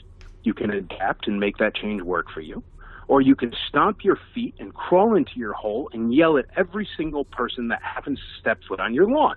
Right. Those are the two choices. The thing is if you choose that second choice there, you're never going to have friends. You're never going to be able to do stuff. You're never going to be able to be an integral member of society or help anyone new. Right. That's the problem. Yeah. What are they going to do with all these toys, bro, if everybody's old and they don't help out any new people? Yeah, I see. I think probably where all of the problem comes in, now that I'm thinking about it, is that because you've created it in which the brand is you and you are the brand, you sign your name IC and you are the Imperial Commissary and you are Mike Havens, so that because those things are completely interchangeable, it means that it means that you have made a great place to land. And as I've told many people, if I started collecting Star Wars right now, I would start with the IC. You created that, and I don't think that's a strike for you or against you. I think that's just the reality. So the fact that it's centered around you, I think, is a strength and a weakness, and I think that it's what I would hope that you could do is not take it personally that it's a weakness. It's not that it's that I don't, brother, and I'll tell you why. Because the whole reason why it's like that, I mean, even though people may think I'm the most narcissistic, crazy person in the world, and I want my name to be a moniker of the IC, but it's not that. The reason why I do it, and the reason why I've done it since day one, is because every time I sign IC, every time I write my name with IC, it ties me to that. My name is solid. I have never broken my word in my life, and it makes me culpable. That's extremely important. Accountability in this world is the one thing we don't have anymore. Let me explain to you. I'll give you a perfect example of accountability that literally just happened. I have 22 guest stars coming from England on British Airways. British Airways just decided to go on strike for the first time in 100 years. Now, the thing is when you book group sales through British Airways, you go through the group sales phone queue. The group sales phone queue is only open during the week. So I find out on Friday night after everything's shut that all my guest stars have no flights. Right. So what I did is I spent the last 2 days of my life fighting through British Airways, through American Airlines, making sure to get every single flight for every single guest star. All this work, brother, I did 3 weeks ago. Now, the thing is I could have tossed my hands up in the air. I could have been, oh, this stinks. Oh, this blah, blah, blah. And you know what? I called and called and called, and all I got was low-level employees that didn't care. And I got hung up on. And I got beep, beep, beep, busy signals. That's the difference. You get ripped off on the IC, you get some repro, you come to me. And I go talk to that person, we work it out, or we toss them. That's why my name's tied to it, man, because somebody needs to be accountable for what goes down. Right. And that's me. And I'm willing to take on that pressure and that hassle, and it causes things like this to happen because I happen to bail somebody out because they lost $3,000. You know what I'm talking about with the John Paul thing. Right. And all I did was I thought a guy was my friend. He ended up not being a friend. And all I did was cover John Paul for a little while, which he respected. And it was just to make people stop fighting. That's all I'm trying to do, man, because fighting never gets us anywhere. Communication does. And my door is always open to communicate. Right. Yeah. I mean, that was, I don't know. We didn't really discuss it on the podcast, I don't think. Although I have no memory. I don't know, yeah. But yeah, that was an interesting event because somebody sold a fake and they sold it through the IC. Or no, it was somebody that you vouched for. Well, what happened is it was, I'll say it straight out, man. Sure. I don't mind. Go for it. It was Chris Hibbard, and he was a good friend of mine. He came into the IC about 4 years ago, and we met up at every celebration and every toy show and everything. We always went out, had dinner. We bought Boba Fett's. Both of us had a Boba Fett focus, so we talked daily. And he was a bigwig from Merrill Lynch. So what happened is all the way up until literally the day that John Paul went and he bought something that some other guy wanted. It was a Power Droid early production, and it was like $3,000. And what happened is Chris never sent it. And I was like, there is no way this guy's a big wig from Merrill Lynch. No way he did that. And John Paul put up a post on a 12-back board blasting him, just saying, oh, Hibbert did this, he's a scammer. I'm like, no way. Because think about it, man. If you've been to all these different events and you've broken bread with these people, you know what I mean? You build a friendship. But, I mean, it's the same thing that happened with that rocket Fett that dude stole because he stole a billion things, you know? Right. Like, that dude people trusted. You don't know until they really do something horrible. So he never shipped the early production John Paul. John Paul put up the post. I went on there because it's somebody I've known for years. And I was like, there's no way he did it, dude. Let me send you the money just to buy him time to get in a response because he wasn't responding. But it was only like a day, you know? So at that time, I still figured he was, I don't know, out of town. And so that's why I just covered it. And John Paul was cool with that. And then I got, like, yelled at because I covered it. Now, the thing is, man, I vouched for Chris. Yeah. I thought he was trustworthy. That's on my name because my name is signed with the IC. I am accountable. So do you think I woke up in the morning and I said, gee, I'd like to fight with all these bigwigs for the next 3 weeks and lose $3,000? No. Yeah. But it was the only way to say, hey, you know what, dude? not only did he screw up and is he a horrible person that robbed us and will never be allowed into any group I ever even touch again, but I'm going to cover it so you're not out of pocket and didn't get totally screwed. Even though it didn't happen on my board, Chris was an admin of the IC, and therefore I'm accountable. Same thing that happened with Amy Sema, man. She was a great seller forever, and then she just started not shipping anything to any of the people overseas she was getting stuff for. You know how people ship to people overseas? Right. And that happened, but I covered all those. And I'm not saying I'm going to cover every single scam on the face of the planet, but right. If it's on me, man, and I was like, oh, no, you could trust them with friends and family, it's my problem if it doesn't come through, dude. Yeah, and that's a really good case study because, I mean, I remember when I was starting to collect, there was a very, very prominent, we're talking editor on the archive collector, who had a lot of personal problems, psychological problems, substance problems, and completely flaked out, and he was never nice to me, so I never considered him a friend. And you know, everybody on the archive for like 6 months was vouching for him, saying that they would pay everything for him until eventually they had to give up. Another story is someone who I'm still friends with, who I see a couple times a year. He just like had some personal problems or something, and he was selling T-shirts, and he just dropped off the face of the earth after people had paid him. And I did exactly what you did. I just said, I will pay for every single T-shirt because I know he's going to come through. So I'll pay for it. And he did come through. And what I saw, and I said this at the time, that I thought people were being pretty unfair to you because they were just saying that you were doing it just to seem like a big man and like just to seem okay. And at a certain point, like, even if you were being altruistic for selfish ends, you were still being altruistic. But also just to assume that level of bad faith, I thought was a bit extreme. So brother, that's the way it is, man. When you're in the spotlight like I am, and that's not something I chose. I mean, I just made a group that snowballed, man, and I just keep running with it because I'm more willing to go live. Well, I'm more willing to show I challenge you on that, anyway. Mike. I think you do like being in the spotlight, and I don't think there's anything wrong with that. But you know, I mean, if you really didn't want to be like the face of everything, like you don't have to be. You know what I mean? So like. Well, yeah, but see, the thing is I completely disagree with that point since we're having a conversation about it, brother. Yeah. I know that's the way a lot of people feel, but my feeling is when, all right, let me tell you when I started recollecting. Right. I started recollecting like 7 years ago. Yep. And I was on a different board, giant board. People have heard this story before. And I was giving away free figures because I was buying up large lots of figures in order to get a nice complete set. You know how you just buy Darth Vader heads until you get there? Right.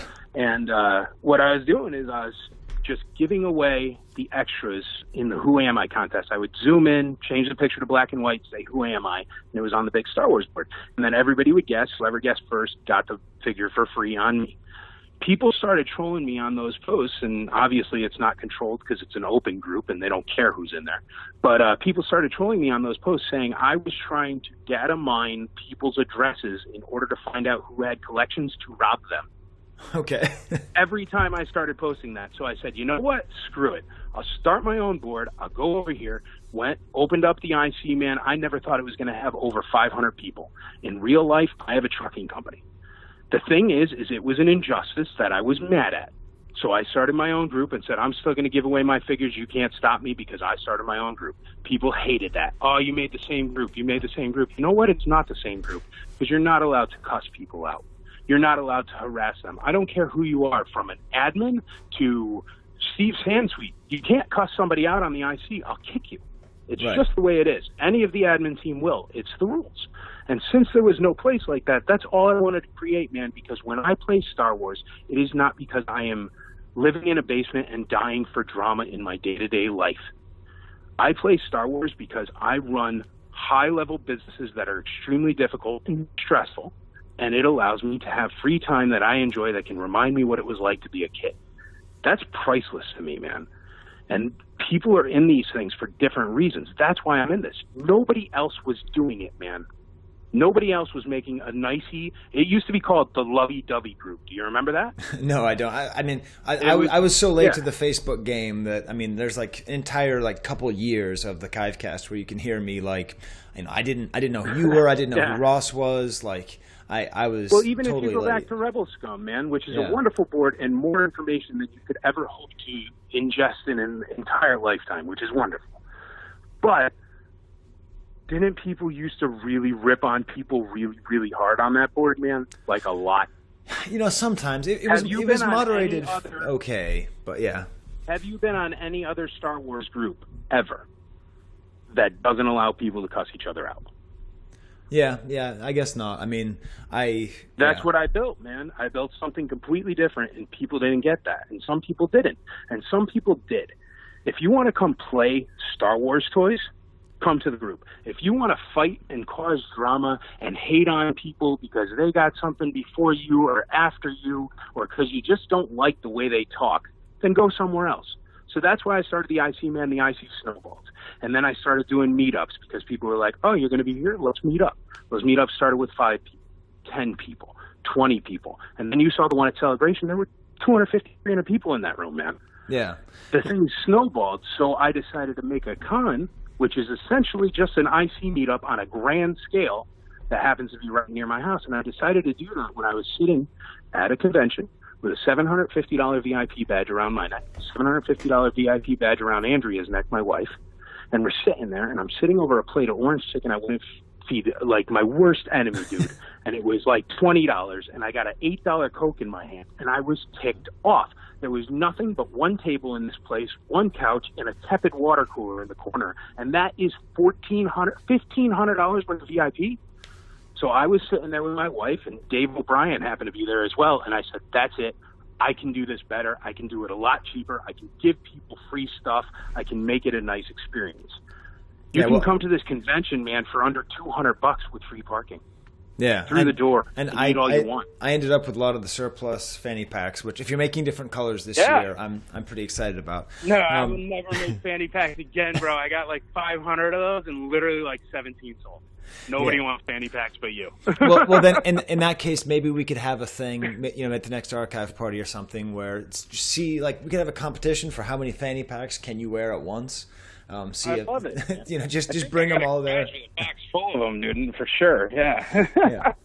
Well, you know, it's in the open letter. I think what I said that really just remains all of it was not entirely tongue in cheek, but you know, it was I knew it was condescending, but I also thought that it was important to say, because one of the things that I think you understand now about me, and that I've tried to help you understand, is that, like, if I seem abrasive, it's because I really want to like treat you like you are what you say you are. So like I'm not just going to assume that, like, I'm not assuming anything good or anything bad about you, but like I'm trying to treat you as seriously as you should be treated. And so in doing that, like, I think I come across as a little bit abrasive because, you know, I haven't always agreed with, you know, it's not necessarily you, it's just anybody. And then I guess, you know, because I've been around a little bit longer than you, I mean, not really that much longer, but a little bit longer, like, it comes across as more like I'm part of some kind of council or something, which it really you isn't. For sure are.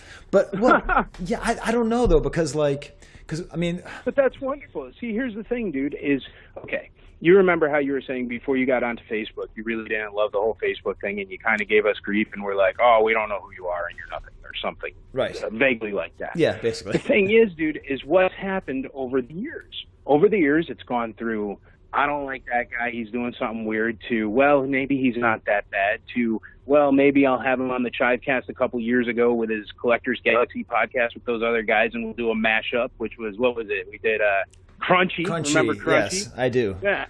And then we met up at a couple shows, and then we met up at Celebration, and then, you know what I mean? That's how a friendship and a relationship grows and trust grows. The thing is I'm sure you can see, as most anybody else out there can see, is that since I am big and since I am loud and since I do major events for this community, I do have that target on my back. Therefore, no matter if I win, lose, or draw or walk across the street, people are going to think I did something wrong or right. The thing is I always let those, you saw what just happened, man. I mean, there was people flipped out because some person from last year that was at the convention that actually stole money and did a bunch of bad things. The only person to be on the actual convention not allowed in list, right? Said that I bought 144 12 backs that were perfect condition and I stole them from my admin team. Right. Now, that went onto every single board. It went onto your page. It went onto the Bounty Hunter page, even though it went onto your page. It went onto the Bounty Hunter page. And I let everybody go nuts all day long. Feel free. I was doing other things, man. I'm trying to run a convention. At that time, I was trying to order T-shirts and get the screen presses done. So I don't really care if people want to say if people want to take the word of a non-collector that is literally a documented danger to society, that has restraining orders from Stephen King and Anne Rice, go ahead and Google it. Okay. And says, I have, that Mike Haven stole 144, 12 backs from his admin team, and 30 people believed it and ran with it all day. Dude, I got so many PMs that were like, that's right, finally they got you, blank, blank, you know what I mean? And it's like, dude, what are you talking? I didn't do nothing. All I had, man, there were 12 backs. They popped in the IC admin chat. I called the guy and bought them. Before I even bought them, I wrote in the admin chat that I was going to hook anybody up, anybody that wanted them on the back end. I would totally give them to them at cost because obviously they're in my admin team. I'd always do that. And I said I'd give them to anybody at cost. This one guy flipped out to one guy, gave him half a story because he didn't read that comment that had a timestamp on it.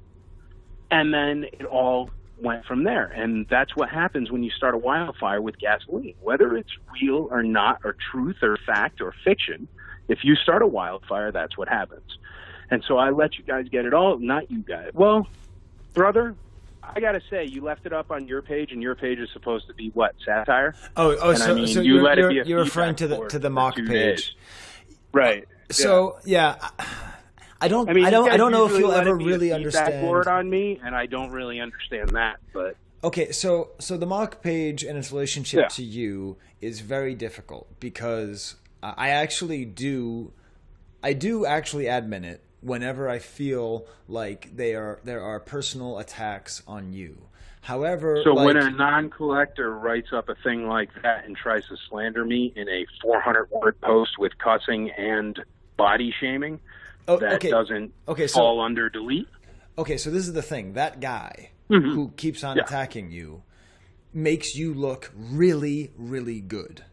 I don't care, man. Why is he in your group? He's not a collector. For collectors, by collectors. No, first of all, I have kicked him out before. I don't know how he ends up back. So, I mean, part of that because he has page, stock accounts, but you just let him in. But the thing is that the humor of somebody who hates you so much and has such a little grasp on reality is, I think, fairly evident. And I don't think. Well, don't you already have Joe for that? And he's a collector, bro. Yeah. But you see, like Joe's very different because, like, I respect Joe and like Joe. I just wish that he would chill out a bit when he talks about you because there's ways of talking about you. I wish he would just talk insulting. the fact ever, bro. Yeah. But everything I say is fact. Look it up. But that's what I'm trying to say. But that guy provides so much comedy in his ridiculousness that, at least in my judgment, it doesn't make you look bad. Dude, if you want to have some stand-up comedian on your Star Wars page that doesn't even collect Star Wars toys, that's totally up to you. I don't care who you have on your boards. I'm just trying to explain to you the reason why the IC is set up like it is, and the reason why I am held accountable for it. Because that kind of stuff, man, does not help this hobby. It hurts people. It causes drama in my life when I'm trying to build things for this community, when I'm trying to keep prices down. You don't think I could charge $5 a person for parking? Yeah. You know that would net me an extra maybe 10, 12 grand, and I lost a ton of money last year on this convention? But no, why am I not doing that? Because I don't want to be a dirtbag. I want to play toys with my friends. Anyone that ever wants to play toys with their friends can come join. Right. I'll never hold it against them. Man, there's people that I've had major conflicts with that you've known over the years that come to the conventions and are totally cool and are even helping now. I'm all about that, man. Yeah, no drama. It's interesting the discussion about whether or not the mock page is bad for the hobby, and Brian Angel, a good friend of mine, I think he's legitimately upset with me because he's so certain that it's bad for the hobby, and I understand that perspective. The way that I think about it is that I think there's something useful in having a space where people say things out loud that they might not say otherwise. So I see it almost as a kind of like pressure valve or something. So I don't think people can do that if they're afraid of offending somebody. I don't think that they can do that. Yeah, but that's what Twitter is for, man. I'm speaking to the one non-collector that you let go nuts on your page with 10 sock accounts that literally has restraining orders from famous people that you can Google. That's what I'm asking. Why is that guy on your page? He's not even a collector. Yeah, doesn't even touch Star Wars. He's just funny. But that's here's the thing, that's the short reason. Different than when I started the IC, completely differently than that. Right. Instead of yelling at you every day until you shut the page, what do? I say, you know what? That's the way that Skye Payne wants to play Star Wars, and that's okay too. Do I participate in it? Only to clear up all the lies, man. Right. But it's not for me personally. But I'd argue for that a certain group of people, sure. But there's sort of it's not my choice to say you shouldn't have it, bro. I'm just saying my feelings. There's sort of two sides of the same coin. I would argue that in a way what the mock page tries to do is have a place for the community and have it be a place where people can laugh at themselves and laugh at other people. I mean, I might end up shutting it down eventually, mainly because people don't know how to laugh at themselves, and so that's the issue. Laughing at yourself is totally fine. When you're laughing at other people, here's the thing, and I don't mean to cut you off, man, but I do have to say it because this is where the disconnect is. Yeah, sure. You feel that it is a good way for people to vent. I feel it is a good way for bullies to bully. Yeah, and if that's what you want, fine. But you can go scroll through your page, and the posts that you haven't deleted for being unbelievably horrible as far as body shaming or cussing or just straight death threats towards me if you just still scroll down the page to every single post, 90% of the posts are about the IC from 4 different people. Just 4 people, man. That cause all these issues and all these dramas. And the reason why is because they don't like me, because they used to be the king of the world, and for some reason they think that's what I'm trying to do. But I'm not, man, or else I wouldn't be giving all the super collectors and clubs free booths and free tables, and I wouldn't be reaching out to somebody like Joe who's telling me off on a regular basis to say, hey, bro, why don't you come and just do an Uze talk for the collectors? Right, and I mean, why would I do something right? Like that, I'm not saying that you are or are not trying to become the king of the world, but one could argue that inviting more respected and established people in is a way to gain that power, not necessarily a way to push it away. And again, I don't think that you're trying to take over the world, but it's understandable that people would not see that as an excuse as to why. Because this is the thing. I mean, I think the ultimate thing is that some people don't like your style, and that's fine. But your style is very effective, and it's gained you a lot of power and influence. So people who don't like your style sort of have to live in the world that your style has created, and your style has kind of moved and taken over a lot of space. And so for those people, like people not necessarily who don't hate you, who don't think that you're the devil, whoever, whatever it is, it's hard because things have changed in a way, and it's not like these people are good or bad, and it's not like they were letting the hobby die. But I think for a lot of people, like that change has been difficult, and because it's so centered around you as a person, and I know you may not want it that way, but it ends up being that way, that I think that creates a lot of that difficulty and a lot of that pushback to you, which again, you might take more personally than it really is. Because I think Ross Barr was feeling that too. Ross Barr was feeling that too. Sort of. I mean, I think with CAS, he's kind of backed off a bit. But I mean, you guys have very different personalities, very different approaches. But I think he was getting that a lot too. Well, Ross Barr is a nice guy that I can call my friend. That when I first started the IC was one of the biggest thorns in my side. Right. Right there is a perfect example of how people, once they give each other a shot and communicate, can come together and be friends. Now, here's the thing, man. You said before that it, oh, shoot, I just forgot what you said. But I did have a comeback for that one, man, because it's like, it's really not like that, dude. Yeah. I don't remember what it was, though. Well, in general, I think what I would say is that it's what I said in the open letter. There really is a question of time, because again, I said it on the episode 99. I think if it weren't for Toys R Us being so litigious, my podcast would be the Gus Cast, right? I mean, the archive was called Toys R Gus. It's not like things around centered around individual personalities are necessarily bad. It's just you're not Gus, and you might end up being Gus in the future, right? I mean, like, but I don't want to be Gus. No, I know, but That's I mean, not like, what I want. But what I mean is that, like, there is a non-zero chance that over time your contributions and your visibility and your ability to share things and create things will be on that level. That is possible in time, but there is no telling when that time will come or how much time that will take. It's not what I'm after, number one, man. Number two, but even if it was what I was after, and whether it comes or not, that's totally fine, and it's not like I'm going anywhere. Now, when I opened the IC, before I opened the IC, man, people said I wouldn't ship those items. When I opened the IC, they said it would last a week. When the IC got to be a bigger group, hit 10,000, they said, oh, it's going to get out of control and be a disaster, and you're not going to be able to stop people from cussing and blah, blah, blah, blah, blah. When it hit 21,000 people and became the largest vintage Star Wars group on Facebook. Now, I'm talking, it's a closed group, so as being an admin, that those numbers are completely different than an open group. It's the largest vintage Star Wars page on Facebook, and people still said, it's going to flop, he's trying to pull a scam, whatever. And then what happened? I said, I'm going to throw a convention, and I'm going to put William Shatner in a barn in Tennessee. Come on out, check it out. People said, he's lying, he's pulling a scam, he's trying to rob people, he's full of blah, blah, blah. What did I do? Kept my head down and kept doing what I was doing to grow something for this community, to make something nice for this community. I reached out to certain people, and those certain people came, like Ron and Chris.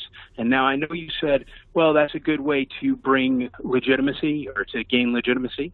Right. That's not why I get them, man. The reason why, for example, the reason why I wanted to talk to you on the phone, and the reason why I always stay in communication with you or have Ron come or something like that, or reach out to Joe, who I don't have the best relationship with, but still he is the authority on Uze. Period. Right. The reason why I still reach out to these people is because their information and their knowledge and the things that they have built have completely laid the groundwork and given me the opportunity to do what I do, which is fun for me, man. I mean, I have real jobs still. You can go Google. Yeah. This is fun for me. So the thing is by pulling them in and saying, hey, I appreciate how much work you've done to this hobby, done for this hobby, how much you've grown it and built things. Why don't you come share that with the next generation? Why don't you tell people? Why don't you sign your book? Why don't you? And they've been supportive because they want this. And this year, more people have been supportive. And next year, more people will be supportive. Now, people have always said this isn't going to happen, that isn't going to happen. Every single thing I have ever said, ever, has come true. Every single one. Because I don't lie. I tell the truth. I don't rip anybody off. And I don't sell any repro. I mean, even on my badge, it's the only convention on the planet where the number one rule out of the only 3 rules on the badge are no repro.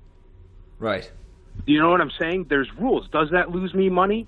Absolutely. Does that make some vendors scared to death to come? Yeah. But you know what? You can walk around a major convention and you're not going to get robbed. You know why? Because my name's on it, Michael Havens, IC. And that's why. I'm accountable. I had a guy call me up because he got repro last year, man. And I even made it right because I got the seller to send him a new one and to fix it because it was just a mistake. But those kind of little things, man, that's the accountability. Awesome. Well, I think we've cleared the air. I think we've done a lot of good pub for the convention. I think sort of, in the future, I always think that one of the best sort of pro Mike Havens things I've ever heard was in talking to Ron, and in his usual understated thing, just like, Mike's a good guy.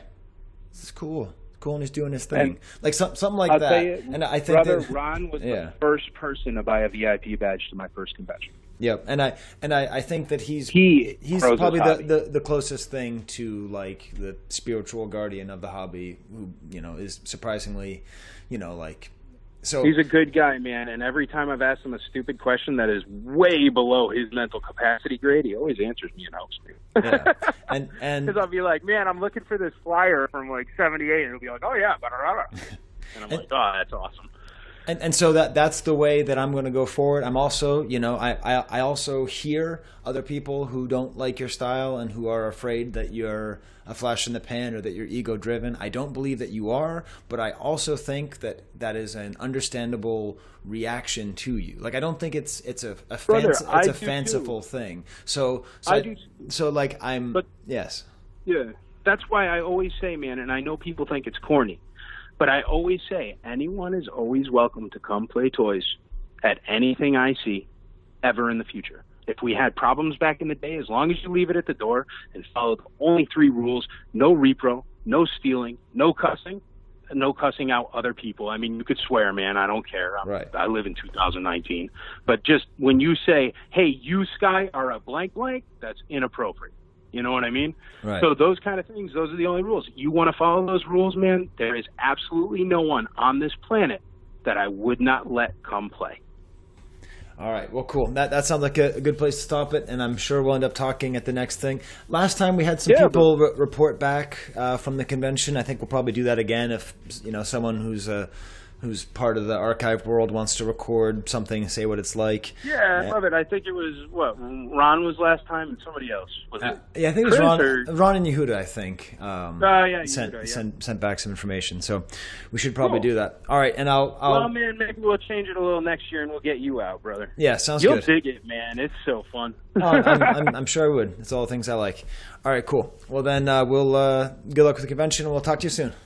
Cool, brother. Thanks a lot, Skye. Have a great day. Bye. Okay, so I'm sure that's going to go well, Steve. Yes.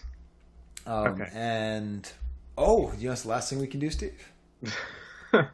Well, there's always that. Yeah. Yeah. There's the YouTube debacle, Steve. So people are not listening to me. They are not signing up on our YouTube. It's kind of crazy, actually.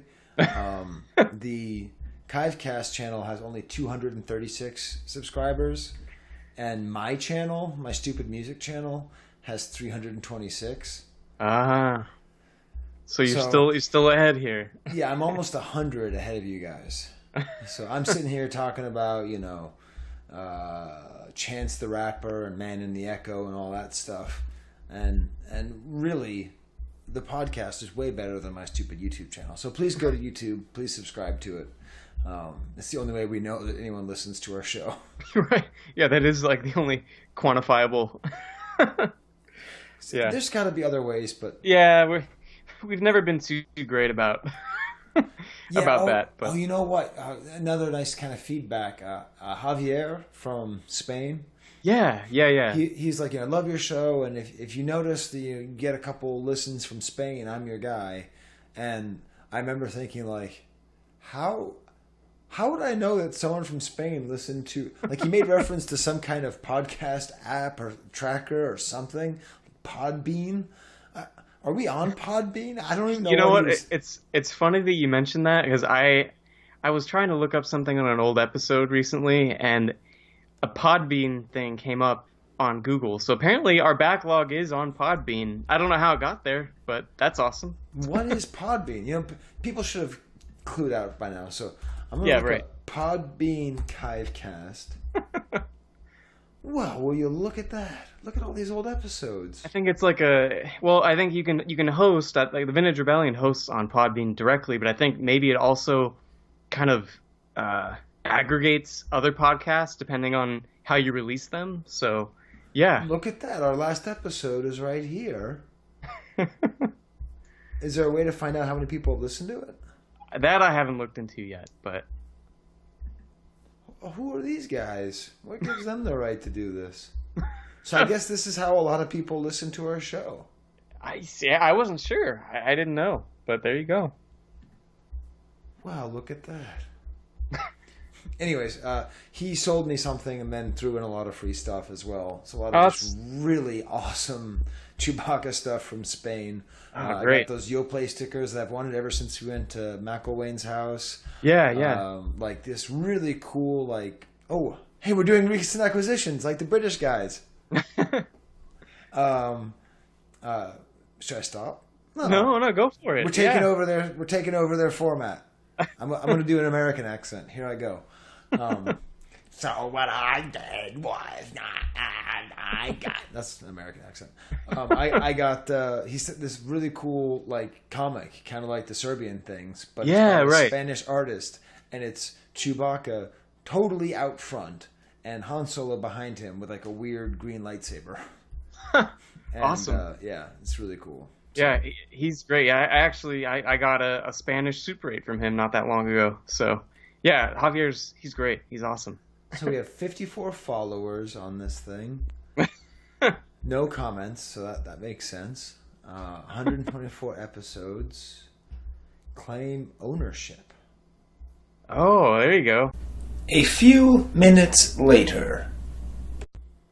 All right. Well, I'm going to edit that all out.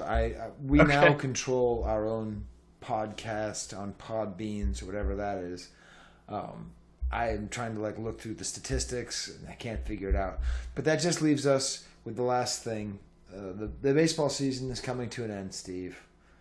Not soon enough. We're getting there. This Boston Red Sox fan. It appears as though perhaps it'll be the Dodgers versus the Yankees in the World Series. Maybe. Nice. And currently, let's go to the league here. I'm holding steady at second place, 1.5 points. I might end up winning this year. Who knows? And Steve, you're down in seventh. So, yeah, I'm taking a dive here. That's what happens. That is what happens. Cool. So who's our next episode, Steve? 9 Numb. That's the last of the 65 backs. Wow. This is a big one. Yeah. Well, let's get Brisbane on there. Maybe we'll get Brock. Ooh, what if it's the World Series? It could be. Let's do that. That's September, we'll see. Right? Yeah. Well, yeah, we'll see. It'll be October if that happens. But yeah, it could be just right. Yeah, it could be. Awesome. All right. Well then, Wampa Wampa. Adios.